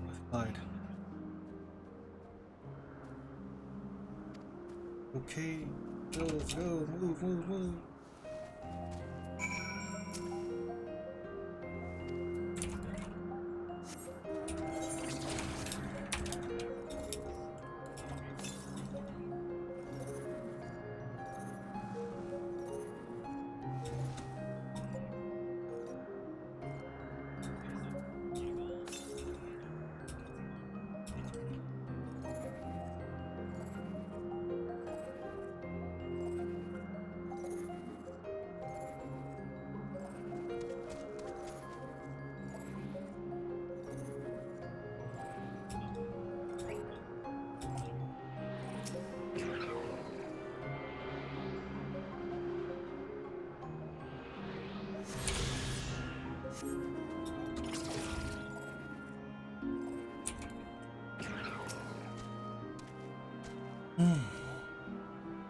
He's a man with long blonde hair, I think. I know him when I see him.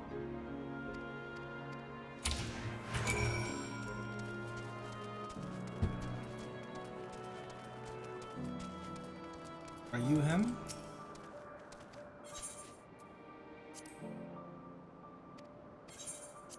Climate? Blonde-haired woman. If you're with Meteion, then I assume you're errand for Hermes. What can I do you for? Alright, we're looking for Doros. Oh, I see. You do have similar hair. People often make us for mistakes. If you find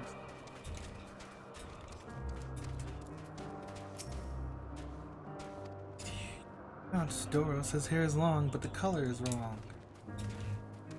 Oh, my bad. I thought that was blonde. Do.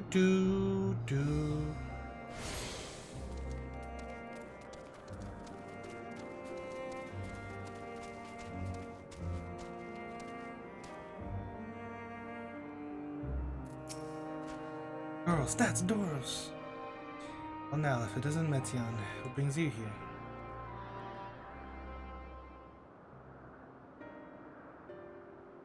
Oh, I thought I heard familiar voices. Didn't realize you two had decided to help me search for Doros. Thank you. You're in charge of the Ikaons, I believe, where they are. Out in the fields, in restraints, frenzied as they were, I cannot well return from Texas. Once I've submitted my report, I'll see them reverted without delay. It's as he says, the beasts are indeed quite ferocious. You're one of the 14th. What brings you here? Nothing you need to concern yourself with, as you were. We've heard the news that a Yukon slaughtered Occupites. As the observer in charge, you are of the opinion that they are not fit to be released? I am. Their abnormal aggression and exceptional strength makes for a highly problematic combination. It matters not where they are released. Lycaons would threaten other species and upset the natural order. Could it be the specimens observed are an outlier? Highly unlikely. We've created a good many of them, all exhibit the same tendencies. Even when used Kairos to begin with a fresh slate, their behavior was unchanged. Kairos? Memory reconfiguration system. The chief himself created it. It allows us to erase our altered memories, that we may observe creations in different environmental conditions, without needing to remake them from scratch. Quite impressive, and potentially dangerous. Is this what happened with 1.0 to 2.0? Depending on the intensity of the etheric emissions, Pashtarot may wish to have words with you. Rest assured, I've kept all values within prescribed limits. To prevent misuse, its applications are limited to those authorized by the Chief Overseer. Do not misunderstand. To manipulate a subject's memories is an intrusive act I deeply abhor, but it is still preferable to execution. Come now, Chief, let's not be so melodramatic. What was born of Aether is simply being reduced to its original state. I know the distinction concern you, but we mustn't lose sight of the bigger picture, making rational choices for the sake of a more prosperous star. Creation cannot be properly studied. Even with the aid of Kairos, we may make it. If creation is deemed a detrimental existence, we unmake it, all for the greater good, and none question the necessity of such routine process. I understand these things, I do. I would never think to unleash a clear and undeniable threat unto the world, yet insignificant though their individual lives may be next to all creation, is all that Lycaons have. Before we seal their fate, we owe it to these beings to exhaust all options to ensure that nothing has been overlooked. You insist, then let me provide you with a full report, and we may take it from there. Would it be possible for us to attend the discussion that Emmett Silk may better carry out his duties? By all means. Pray show them to the meeting room.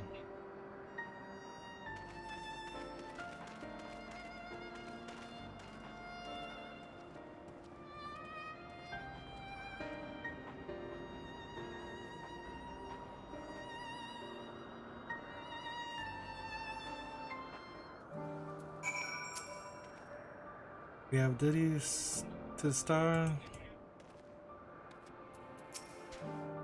To man, other beings are just things, to be used and controlled like magic.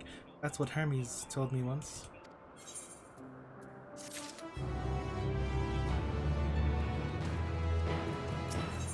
Sentimental gift. Here, the discussion may take a while, during which time... Etienne, are you feeling unwell? Not me, Hermes, it's you. I want to go to the meeting. I'll stay with Glide. Although I'm indisposed, I leave Etienne in your care again. I'm in your debt, if you'll excuse me.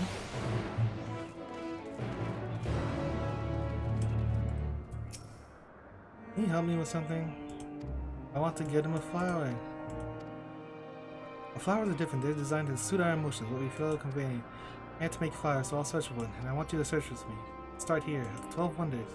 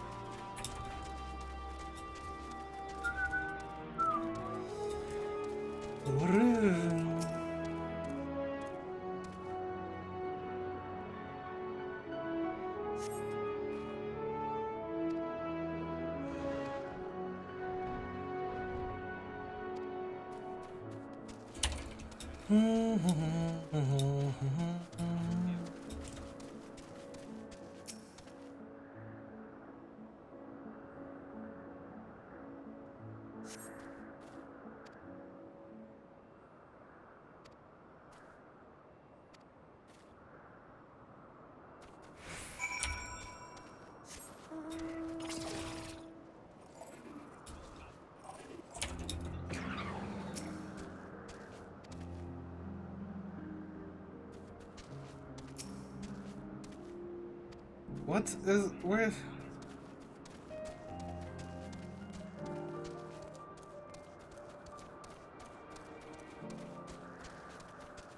The hell?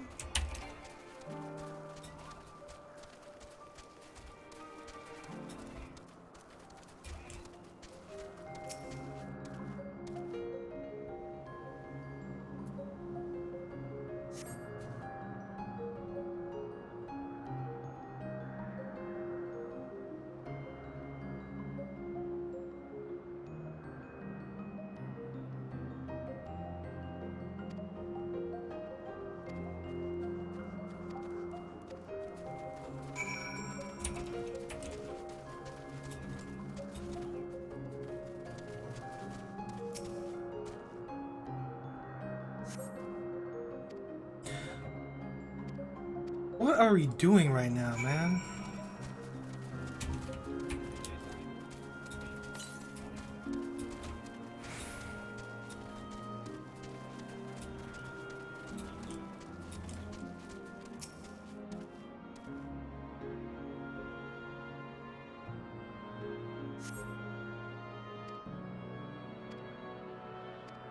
Over there's something big, huge.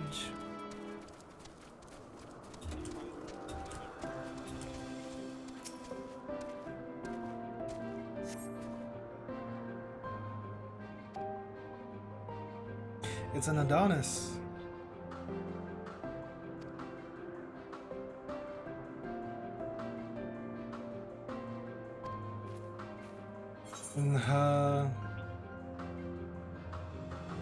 Probably not the good sort of memory.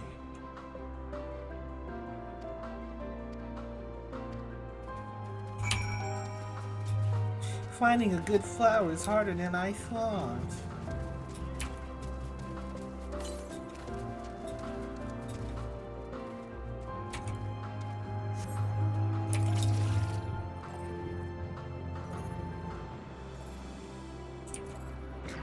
What is this?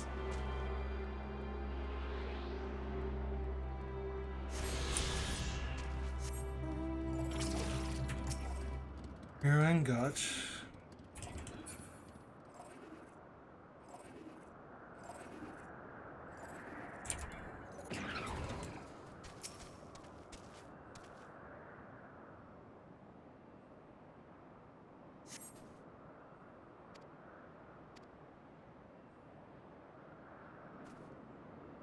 What's that shiny thing over there?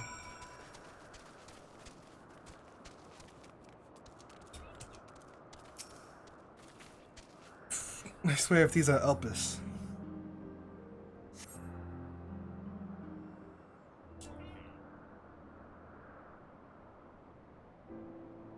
Oh, Elpis flowers, they're here too! Hermes likes and dislikes them at the same time. Like me, they're entelecchies. Like me, they feel his pain and turn dark. That's only for Hermes though. For others, they're always white and bright. Why is he feeling dark?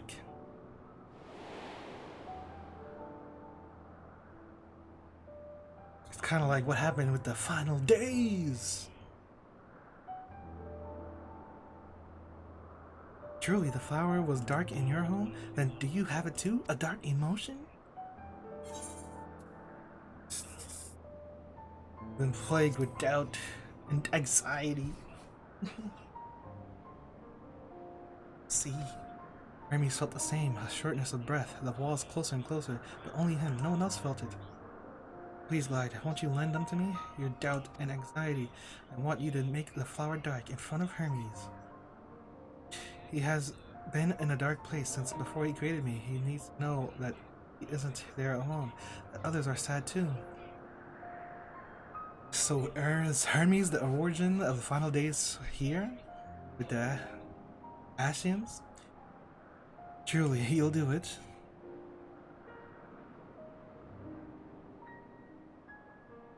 Thank you, Glide, thank you. It means more to me than I can say. Can't wait to see how Hermes reacts. Well, I love reactions. Let's go back and fetch him.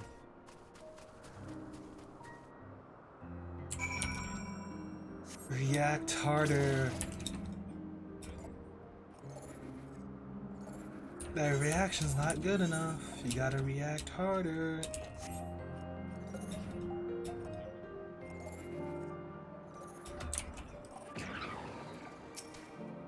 It seems they're still talking. Let's wait until they finished. Darkness? I didn't even know it. It's nighttime here. I'm pretty sure I've always been here during the day, I think. Maybe not. Hermes!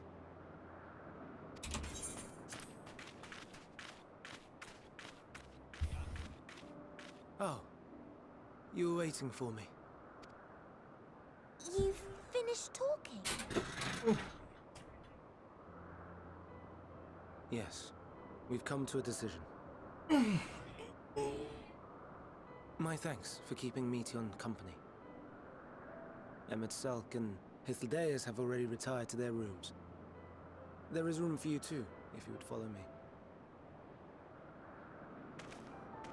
Wait! I want to show you something first.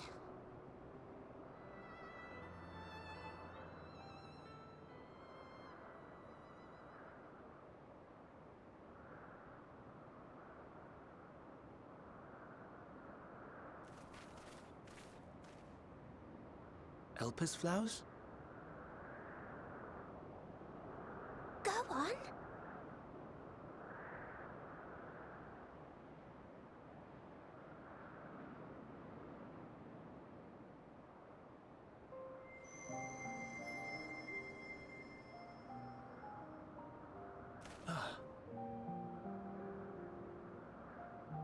You're not the only one, Hermes. Others feel sad too. You're not alone. Oh. I see Meteon has shared much with you.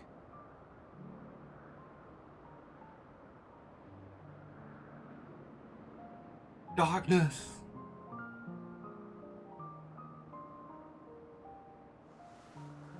Mask off?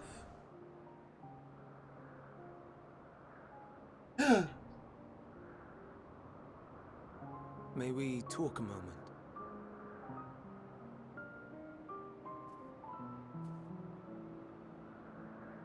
Wow.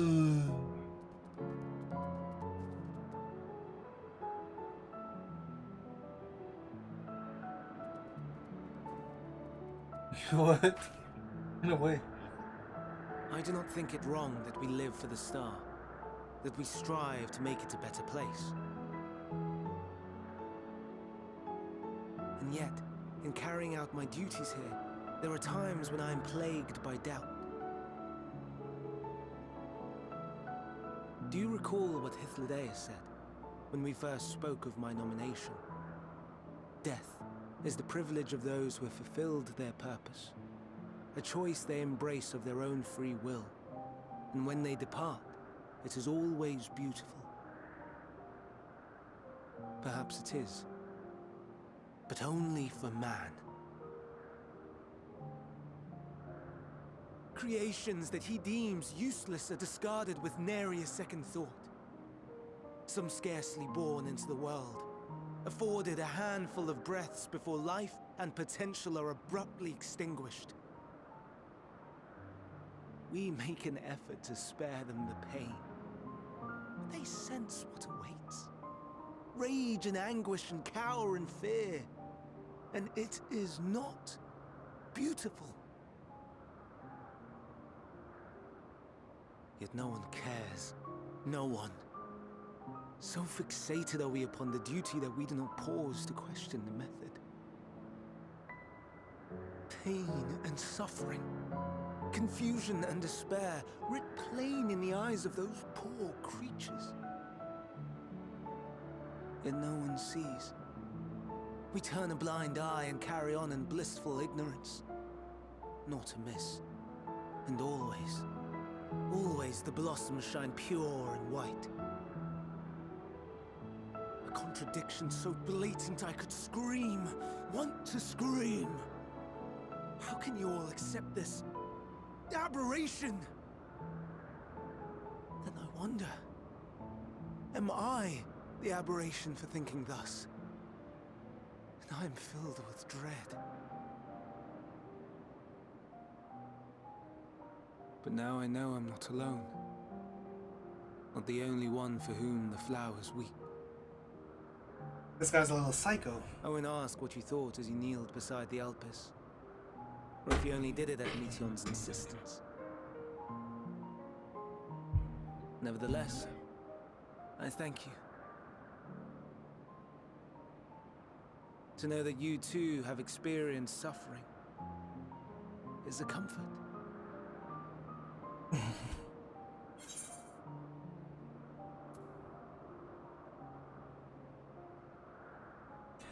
Let's have no more brooding, huh?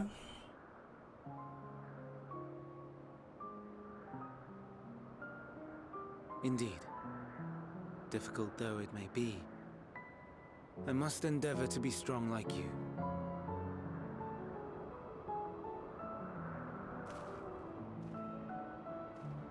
The stars in the heavens. Know you what they are?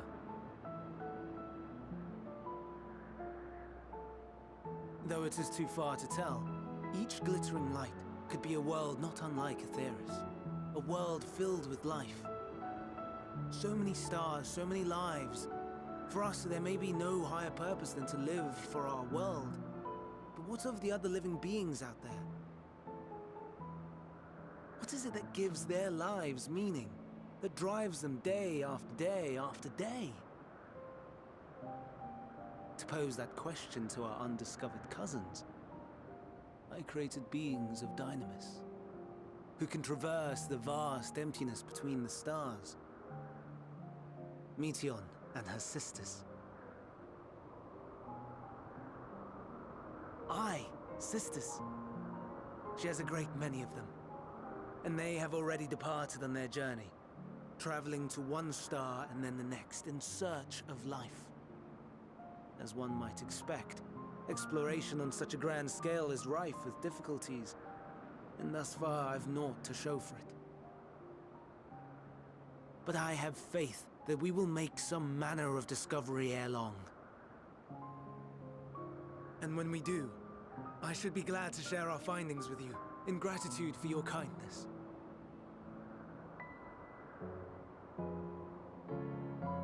It's getting rather late. We had best find our beds. It would not do for both of us to be sleep-deprived on the morrow.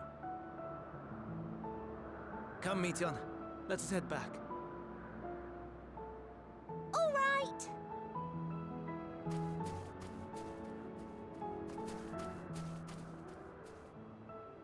Oh?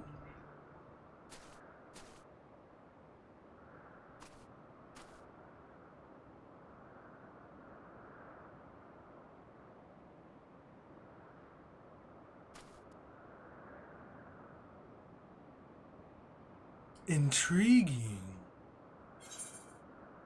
Things are developing.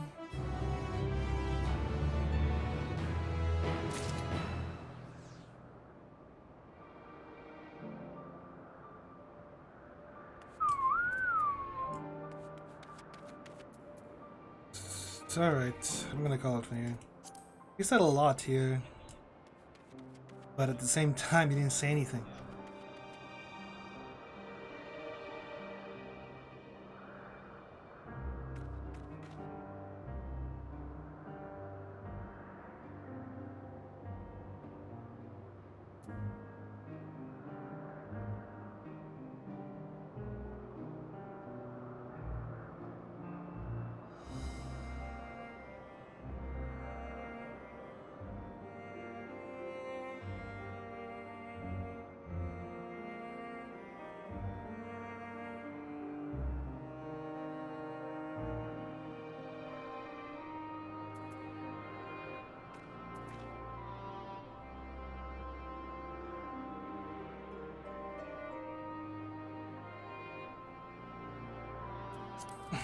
He ain't saying nothing. But yeah, I'm gonna call it for now. Maybe I'll be back later, maybe not.